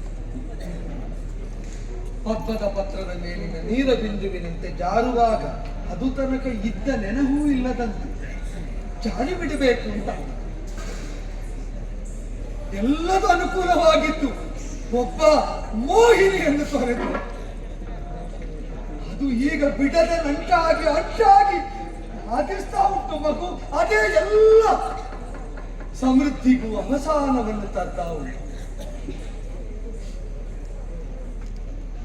ಪುಣ್ಯಾತ್ಮನಾದಂತಹ ನೀನು ಎಲ್ಲ ಗುಣವನ್ನು ಹೊಂದಿದ್ದಿ, ಎಲ್ಲ ಯೋಗವನ್ನು ಹೊಂದಿದ್ದಿ, ಒಂದು ದೋಷವನ್ನು ಬಿಟ್ಟು ನಿನ್ನ ವ್ಯಕ್ತಿತ್ವದಲ್ಲಿರುವುದು ಒಂದೇ ದೋಷ, ಒಂದೇ ದೋಷ. ಏನಪ್ಪ? ಈ ರೂಪಾಂಗದನಿಗೆ ಮಗನಾಗಿ ಹುಟ್ಟಿದ್ದಿ, ಅದೊಂದು ದೋಷ ಮಾತ್ರ ಇರುವುದು. ಇಲ್ಲಪ್ಪ, ಹೌದು ಹೌದು, ನಿಮ್ಮ ಮಗನಾಗಿ ಹುಟ್ಟಬೇಕು ಎಂದರೆ ನಾನು ಪುಣ್ಯ ಮಾಡಿರ್ಬೇಕು. ದೇವರು ದರ್ಶನ ಕೊಟ್ಟು ಬದುಕುಂಟು ಮಗು ಹೋಗು ಅಂತ ಕಳಿಸಿಕೊಟ್ಟ ಮೇಲೆ ದೇವರು ಬದುಕುವುದಕ್ಕೆ ಬಿಟ್ಟ ಮಗುವಿನ ತಲೆ ಕಡಿಯುವ ಪಾತಕಿ ನಾನು ಆಗಲಿಲ್ಲ. ಬೇಡ ಮಗು, ನಿನಗೆ ಬದುಕು ಬೇಡ, ಈ ಬದುಕು ಬೇಡ. ಅದೇ ಸರಿ, ನಿನ್ನಂಥವನಿಗೆ ನನ್ನ ಸಂಸಾರದಲ್ಲಿ ಬರುವುದಕ್ಕೆ ಅನುವು ಮಾಡಿಕೊಟ್ಟ ಕಳಿಸಿಕೊಡಬೇಕು, ಅದೇ ಸರಿ. ಸತತವಾಗಿ ಪ್ರಾಣೋತ್ಕ್ರಮಣದ ಸ್ಥಿತಿಯಲ್ಲಿ ಯಾವುದನ್ನು ಸ್ಮರಿಸ್ತೇವೋ ಅದು ಆಗುತ್ತೇವೆ ಅಂತ ಶಾಸ್ತ್ರ ಹೇಳ್ತದೆ. ಅವಸಾನ ಕಾಲದಲ್ಲಿ ಭವದಲ್ಲಿ ಭೀತನಾಗುವಂತೆ ನನ್ನಂತಹ ಪಾತಕಿಗೆ ಮಗುವಾಗಿ ಭವಿಷ್ಯದಲ್ಲಿ ಹುಟ್ಟದಂತೆ ಅದೇ ಮುಕುಂದ ಜನಾರ್ದನ ವಾಸುದೇವ ಅಂತ ಸ್ಮರಿಸು ಮಗು. ಸ್ಮರಿಸಿ ಬಿಡು, ಭವಿಷ್ಯದಲ್ಲೊಂದು ಜನ್ಮ ಇದ್ರೆ ಬೇರೆ ಏನಲ್ಲದಿದ್ರು ನನ್ನಂತಹ ಒಬ್ಬ ಪಾತಕಿಗೆ ಮಗುವಾಗಿ ಹುಟ್ಟುವ ಸುಯೋಗ ಅದು ದೇವರು ಕೊಡದೇ ಇರಲಿ. ಇನ್ನೊಂದು ಜನ್ಮ ಉಂಟು ಎಂದಾದರೆ ನಿಮ್ಮ ಮಗನಾಗಿ ಹುಟ್ಟುವ ಭಾಗ್ಯವೇ ನನಗೆ ದೊರಕಲ್ಲ. ಅದು ನೀನು ಹೀಗೆ ಹೇಳದಿದ್ದರೆ ಧರ್ಮಾಂಗದಲ್ಲ. ಹಾಗೆ ಹೇಳಿದ್ದನ್ನು ಕೇಳುವವನು ದುರ್ಭಾಗ್ಯವಂತನಾದಂತಹ ರುಕ್ಮಾಂಗದನಾಗಿ ಹೋದ. ಇಲ್ಲಪ್ಪ, ಇದು ಉಪಕಾರ ಮಾಡ್ತದೆ. ಏನು ಮನೆಗೆ ಅವನು ಗಂಡ,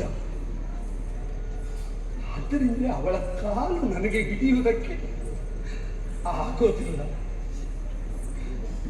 ತನ್ನ ಕರುಳ ಬಳ್ಳಿಯನ್ನು ಕತ್ತರಿಸಿ ಸೂರ್ಯವಂಶಕ್ಕೆ ಕುಲದೀಪಕನಾದ ಮಗನನ್ನು ಕೊಟ್ಟ ಆ ಒಡಲಿಗೆ ಬೆಂಕಿ ಇಟ್ಟು ಬಿಟ್ಟೆ.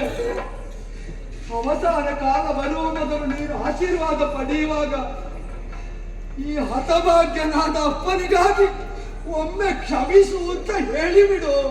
ಹೋಗು ಹೋಗು, ಅಮ್ಮನ ಅನುಮತಿ.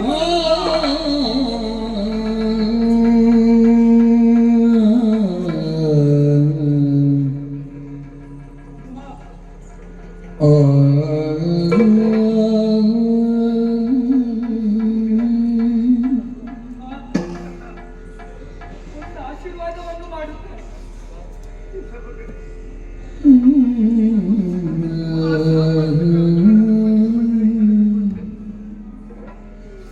ನಮ್ಮ ಜನ್ಮದಲ್ಲಿ ಮಾಡಿದ ಪಾಪವ ಏನು ಕರ್ಣ, ಈ ಜನ್ಮದಲ್ಲಿ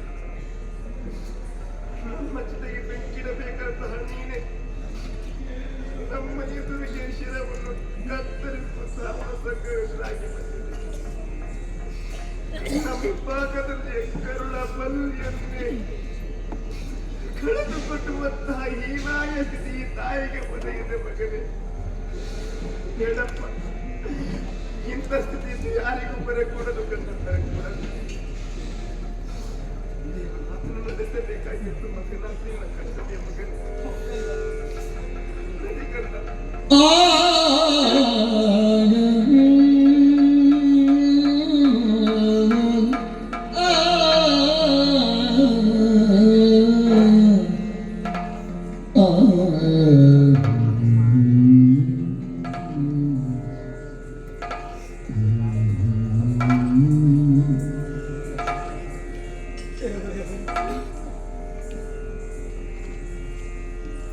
ಬೇಗ ಬೇಗ ಕರ್ತಿಸ.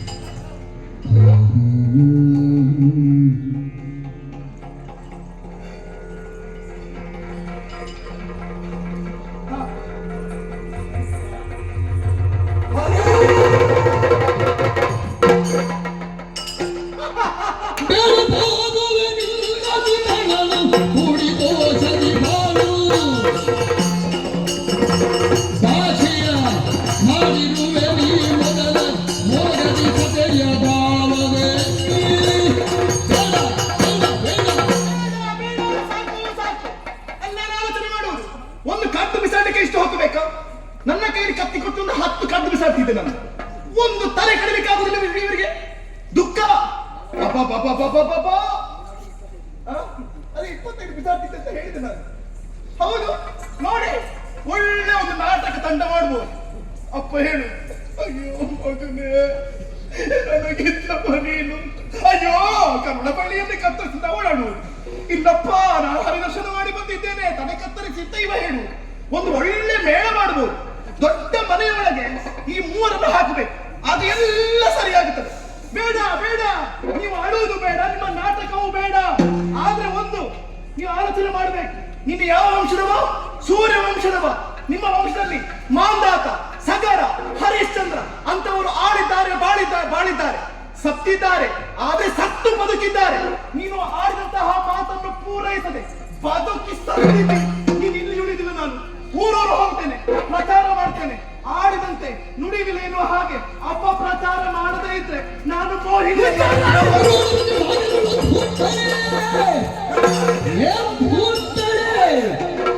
ಮೂಡಬಹುದೇ ಮೂಡ ಮಗನೇ ನುದರದಿರು ನೀ ಕೋಡಿ ಹಿಂಗುಸು ರಕ್ತ ಖಡ್ಗವ ತೂಗಿ ರೋಷದಲ್ಲಿ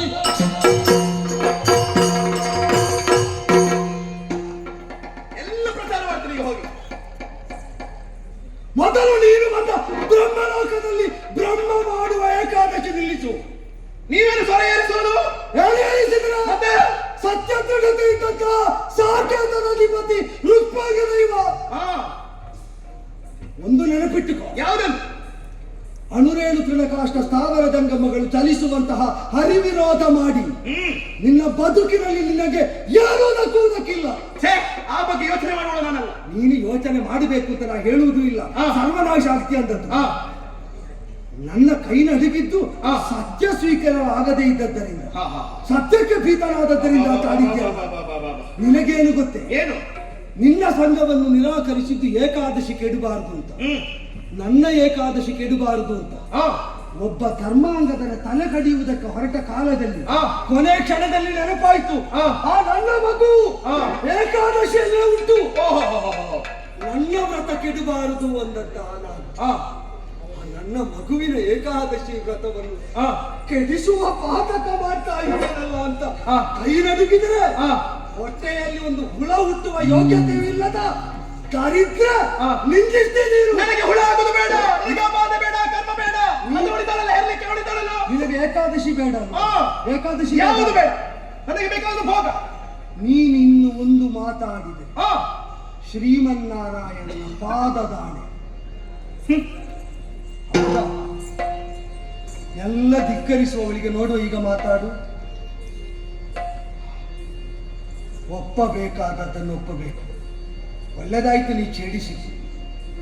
ನಮ್ಮಲ್ಲಿ ಇದ್ದದ್ದರಲ್ಲಿ ಅತ್ಯಂತ ಉತ್ಕೃಷ್ಟವಾದದ್ದನ್ನು ದೇವರಿಗೆ ಒಪ್ಪಿಸಬೇಕಂತ. ಹರಿದಿನದಂದು ಮಗನ ತಲೆ ಕಡಿಯುತ್ತೇನೆ ಅಂತ ಭಾವಿಸಿದರೆ ವ್ರತಭಂಗ ಮಾಡಿದಂತೆ ಮಗನ.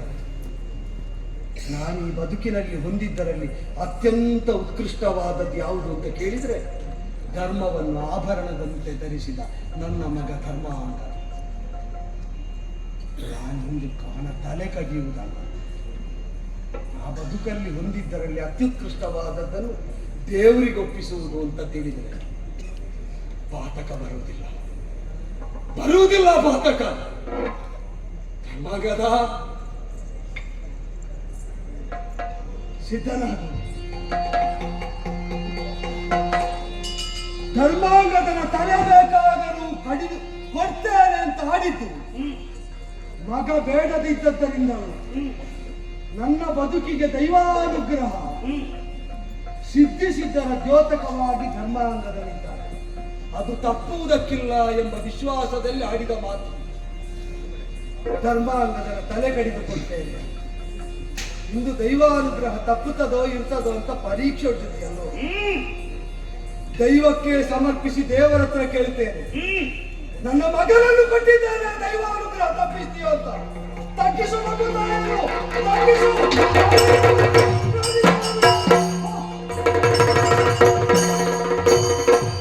ಮೆಚ್ಚಿದನ ಈ ಸ್ವಾಗತಕ್ಕೆ ಬಗಳ ಚರಿಯಾಯಿತು ಮನಕ್ಕೆ. ಸತರಿ ಬನೆ ಬಿಡು ಕತ್ತಿಯು ತಲೆಯನ ಕೊಚ್ಚಿಸವರಿಬುದು ಹೆಚ್ಚಿನ ಕಾರ್ಯವನ್ನು. ಮೆಚ್ಚಿದನ ಈ ಸ್ವಾಗತಕ್ಕೆ ಬಗಳ ಚರಿಯಾಯಿತು ಮನಕ್ಕೆ. ಅಚ್ಚರಿ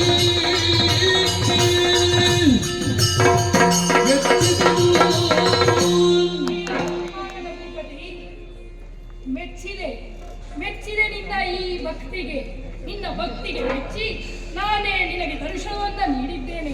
ಈ ಹೊತ್ತಿಗೆ ಕರದಲ್ಲಿ ಆ ಕಟಾರಿ ಏಕೆ? ಅದನ್ನ ಬದಿಗಿರಿಸು, ಬದಿಗಿರಿಸು. ಕೆರದ ಖಡ್ಗವರಿಳುವುದಿವೆ ಗರಿ ಹರಿಯ ಬದಗಿರೆ ಗುತ್ತಾನೆಗ ಭೂಪತಿಯೋ ಪರಮ ಜ್ಯೋತಿರ್ಮಯ ಸುಮೂರ್ತಿಗೆ ನೋಡಿ ಮನದಣಿಗೆ ಹರುಷಮಯ ಸಾಗರದೆ ಮುಳುಗಿವೆ. ಹರುಷಮಯ ಸಾಗರದಿ ಮುಳುಗಿರಿ ಹರಿಗೆ ಧರ್ಮಾಂಗದನು ಬಣಿದನು ಭರದಿ ಮೋಗಿನಿ ಅತಿಗೂ ಪರಮಾತ್ಮನಿಗೂ ನಮಿಸಿದನು ಪರಮ ಜ್ಯೋತಿರ್ಮಯ ಸುಮೂರ್ತಿ ಜಯ ಜಯ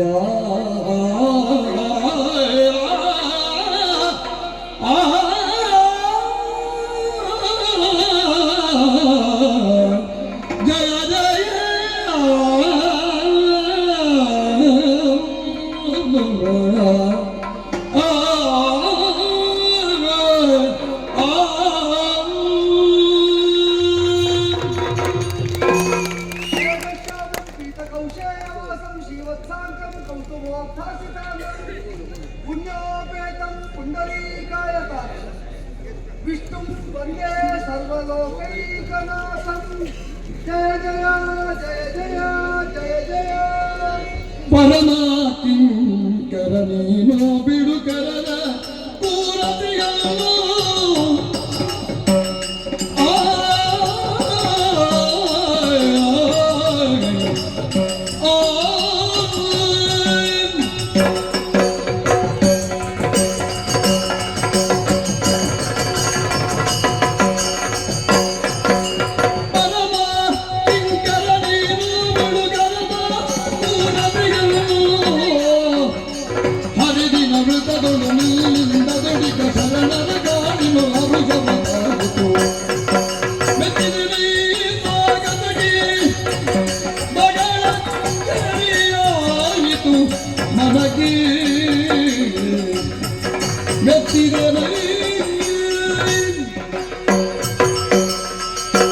ಅಯ್ಯ ಭೂಪತಿ, ಈ ಹೊತ್ತಿಗೆ ನಿನ್ನ ಈ ವೃತಪಾಲನೆಯಿಂದ ನಾ ಮೆಚ್ಚಿಕೊಂಡಿದ್ದೇನೆ.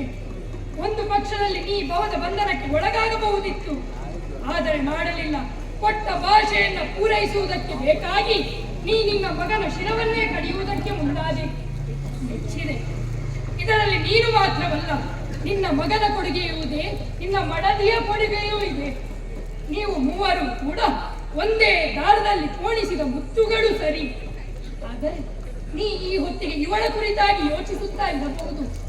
ಈಗ ಬೇರೆ ಯಾರೂ ಅಲ್ಲ. ತಿಳಿಯುತ್ತೀಯ?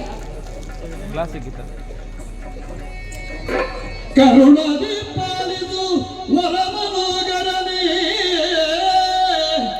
ದುರಿತವ ಗೈದೆನು ಪರಮ ಸದ್ಗುಣನೇ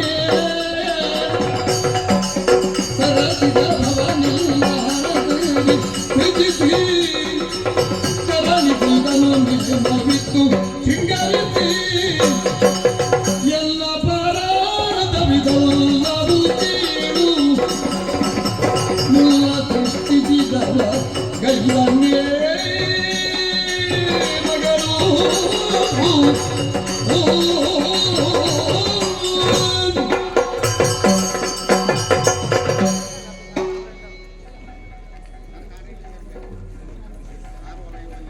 ಆಣೆ ಹಾಕಿದ್ದಾರೆ. ಈಗ ನಾನೇ ಬಂದಿದ್ದೇನಲ್ಲ, ಮಾತನಾಡು. ಸಂತೋಷವಾಯಿತು. ಕಂಡಂತಹ ಕಣ್ಣುಗಳು ಪಾವನವಾಯಿತು ಅಂತ ಭಾವಿಸಿಕೊಂಡೆ. ಸರಿ. ಸ್ವಾಮಿ, ನಾನು ಈ ಭೂಮಿಗೆ ಯಾಕೆ ಹೇಳಿದು ಬಂದೆ? ಹ. ಈ ವಿಚಾರವನ್ನು ನೀವು ಅರಿತವರು. ಹ್ಮ್. ಆದ್ರೆ ಇಲ್ಲಿರುವವರಿಗೆ ಯಾರಿಗೂ ಗೊತ್ತಿಲ್ಲ. ಹ, ಹ. ನಮ್ಮರ ಮಗಳು ಅನ್ನುವಂತಹ ವಿಚಾರ ಮಾತ್ರ ಗೊತ್ತಿದೆ. ನಮ್ಮ ಹೇಳಿದಂತಹ ವಿಚಾರವನ್ನು ಪಾಲಿಸುವುದಕ್ಕೆ ಬೇಕಾಗಿ ಹ. ಈ ಭೂಲೋಕಕ್ಕೆ ಬಂದೆ. ಹೌದು. ನನ್ನ ಕರ್ತವ್ಯದಲ್ಲಿ ಎಲ್ಲಿದ್ದು ಕೂಡ ಲೋಪ ಮಾಡಿಲ್ಲ ನಾನು. ಆದ್ರೆ ಒಂದು ಏನು? ನಿಮಗೆ ಹೇಳಿಕೊಳ್ಳುವುದಿಲ್ಲ. ನನಗೆ ಮುಂದೆ ಏನಾಗಬೇಕು, ನನ್ನ ನೆಲೆ ಏನು, ಗತಿ ಏನು, ಸವಿಸ್ತಾರವಾಗಿ ಹೇಳಬೇಕು. ಸುಗತಿಯದ ಜಯದಿ ವೈಶಾಖ ಶುಕ್ಲದಿ ಒದಗಿಗೆ ಹರಿದಿನದೊಳಗೆ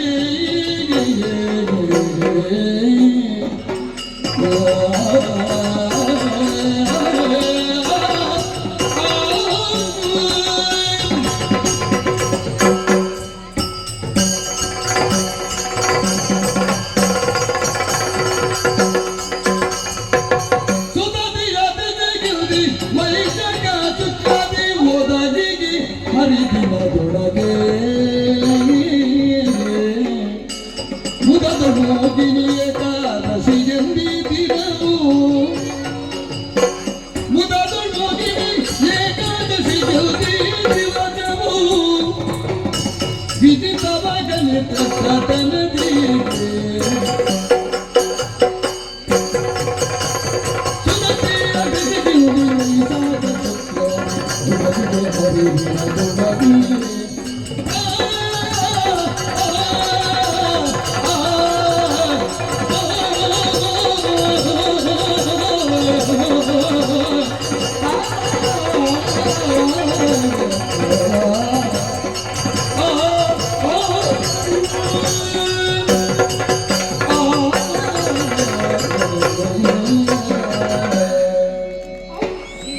ನಿನಗೇನಾದರೂ ಆಗಲೇಬೇಕು. ಇಲ್ಲದೆ ಹೋದ್ರೆ ನಾನು ಹೋಗುವ ಕಲ್ಲು ಹೊಡೆದು ಕೊಂದಾರಿ ಅವರೆಲ್ಲ ಸೇರಿ. ಹೌದಲ್ವೇ? ಹೌದು. ಎಲ್ಲರ ಪಾಲಿಗೂ ನೀ ಈ ಹೊತ್ತಿಗೆ ಖಳನಾಯಕಿ ಎಂದೆನಿಸಿಕೊಂಡಿದ್ದೀಯ. ಆದರೆ ಅದಲ್ಲ, ನೀ ಖಳನಾಯಕಿ ಆದರೂ ಕೂಡ ಆತನ ಹೆಸರನ್ನೇ ಮೆರೆಸುವಂತೆ ಮಾಡಿದ್ದೀಯ. ಈ ಹೊತ್ತಿಗೆ ಈ ವೈಶಾಖ ಶುದ್ಧ ಪೂರ್ಣಿಮೆ ನೀನು ಮೋಹಿನಿ ಏಕಾದಶಿ ವ್ರತವನ್ನು ಪಾಲಿಸುವವರಿಗೆ ಇನ್ನು ಮುಂದಕ್ಕೆ ಮೋಹಿನಿ ಏಕಾದಶಿ ಎಂದಾಗಬೇಕು. ಯಾಕೆ ಬಲ್ಲೆಯ? ಇನ್ನು ಮುಂದಕ್ಕೆ ಅವರು ವ್ರತವನ್ನ ಪಾಲಿಸುವಾಗ ನಿನ್ನ ನೆನಪಾಗಬೇಕು. ಅಷ್ಟಲ್ಲದೆ ಈತ ಪಾಲಿಸಿದಂತ ಆ ವ್ರತದ ನಿಷ್ಠೆಯೂ ನೆನಪಾಗಬೇಕು. ಅದಕ್ಕಾಗಿ ಈ ವ್ರತಕ್ಕೆ ಇನ್ನು ಮುಂದಕ್ಕೆ ಮೋಹಿನಿ ಏಕಾದಶಿ ಎಂದೇ ಹೆಸರನ್ನ ಇಡಿಸುತ್ತಾ ಇದ್ದೇನೆ. ನೀನೂ ಶ್ರೇಷ್ಠಳೇ ಆಗುತ್ತೀಯ. ನಿನ್ನ ದರ್ಶನಕ್ಕೆ ಪೂರಕವಾಗಿ ಸಾಂಸಾರಿಕ ಮೋಹಜಾಲವನ್ನು ಕಿತ್ತೆಸೆಯುವ ಬಗೆಯಲ್ಲಿ ಬೋಧಿಸುವ ಗುರುವಾಗಿ ಬ್ರಹ್ಮಲೋಕದಿಂದ ಬಂದವರು ಅಂತ ತಿಳಿಯದೆ ಅನುಚಿತವಾದದ್ದನ್ನು ಅವರಿಗೆ ಮಾಡಿದ್ದಿದ್ದರೆ ನಿನ್ನ ಸಮ್ಮುಖದಲ್ಲಿ ಅವಲಕ್ಷಣೆಯನ್ನು ಕೇಳುತ್ತೇನೆ. ನೀನು ಕ್ಷಮೆಯನ್ನು ಕೇಳಬೇಕಾದ ಅಗತ್ಯತೆಯೇ ಇಲ್ಲ. ಯಾಕೆಂದರೆ ನಾ ಆಡಿಸಿದಂತ ಗೊಂಬೆ ಆಕೆ. ಇದೆಲ್ಲವೂ ನಾವು ನಿನ್ನ ವೃತ್ತದ ಆ ನಿಷ್ಠೆಯನ್ನು ನಿಷ್ಠೆ ಎಷ್ಟಿದೆ ಎಂಬುದನ್ನು ನೋಡುವುದಕ್ಕೆ ಪರೀಕ್ಷಿಸುವುದಕ್ಕೆ ನಾವೇ ಆಡಿಸಿದಂತ ನಾಟಕ ಇದು. ಮೋಹಜಾಲವನ್ನು ಕಿತ್ತೆಸೆದವರಿಗೆ ಮುಕುಂದಾನುಗ್ರಹವಾಗುತ್ತದೆ ಎಂಬ ಈಗ ಲಭ್ಯವಾದಂತಹ ಈ ಸಂದೇಶ, ಆ ಸಂದೇಶವೇ ಲೋಕಕ್ಕೆ ವಿಜಯ. ಅದರ ದುಂದುಗಿ ತೊಡಗಲಿ ಒಳಗಿದೆ.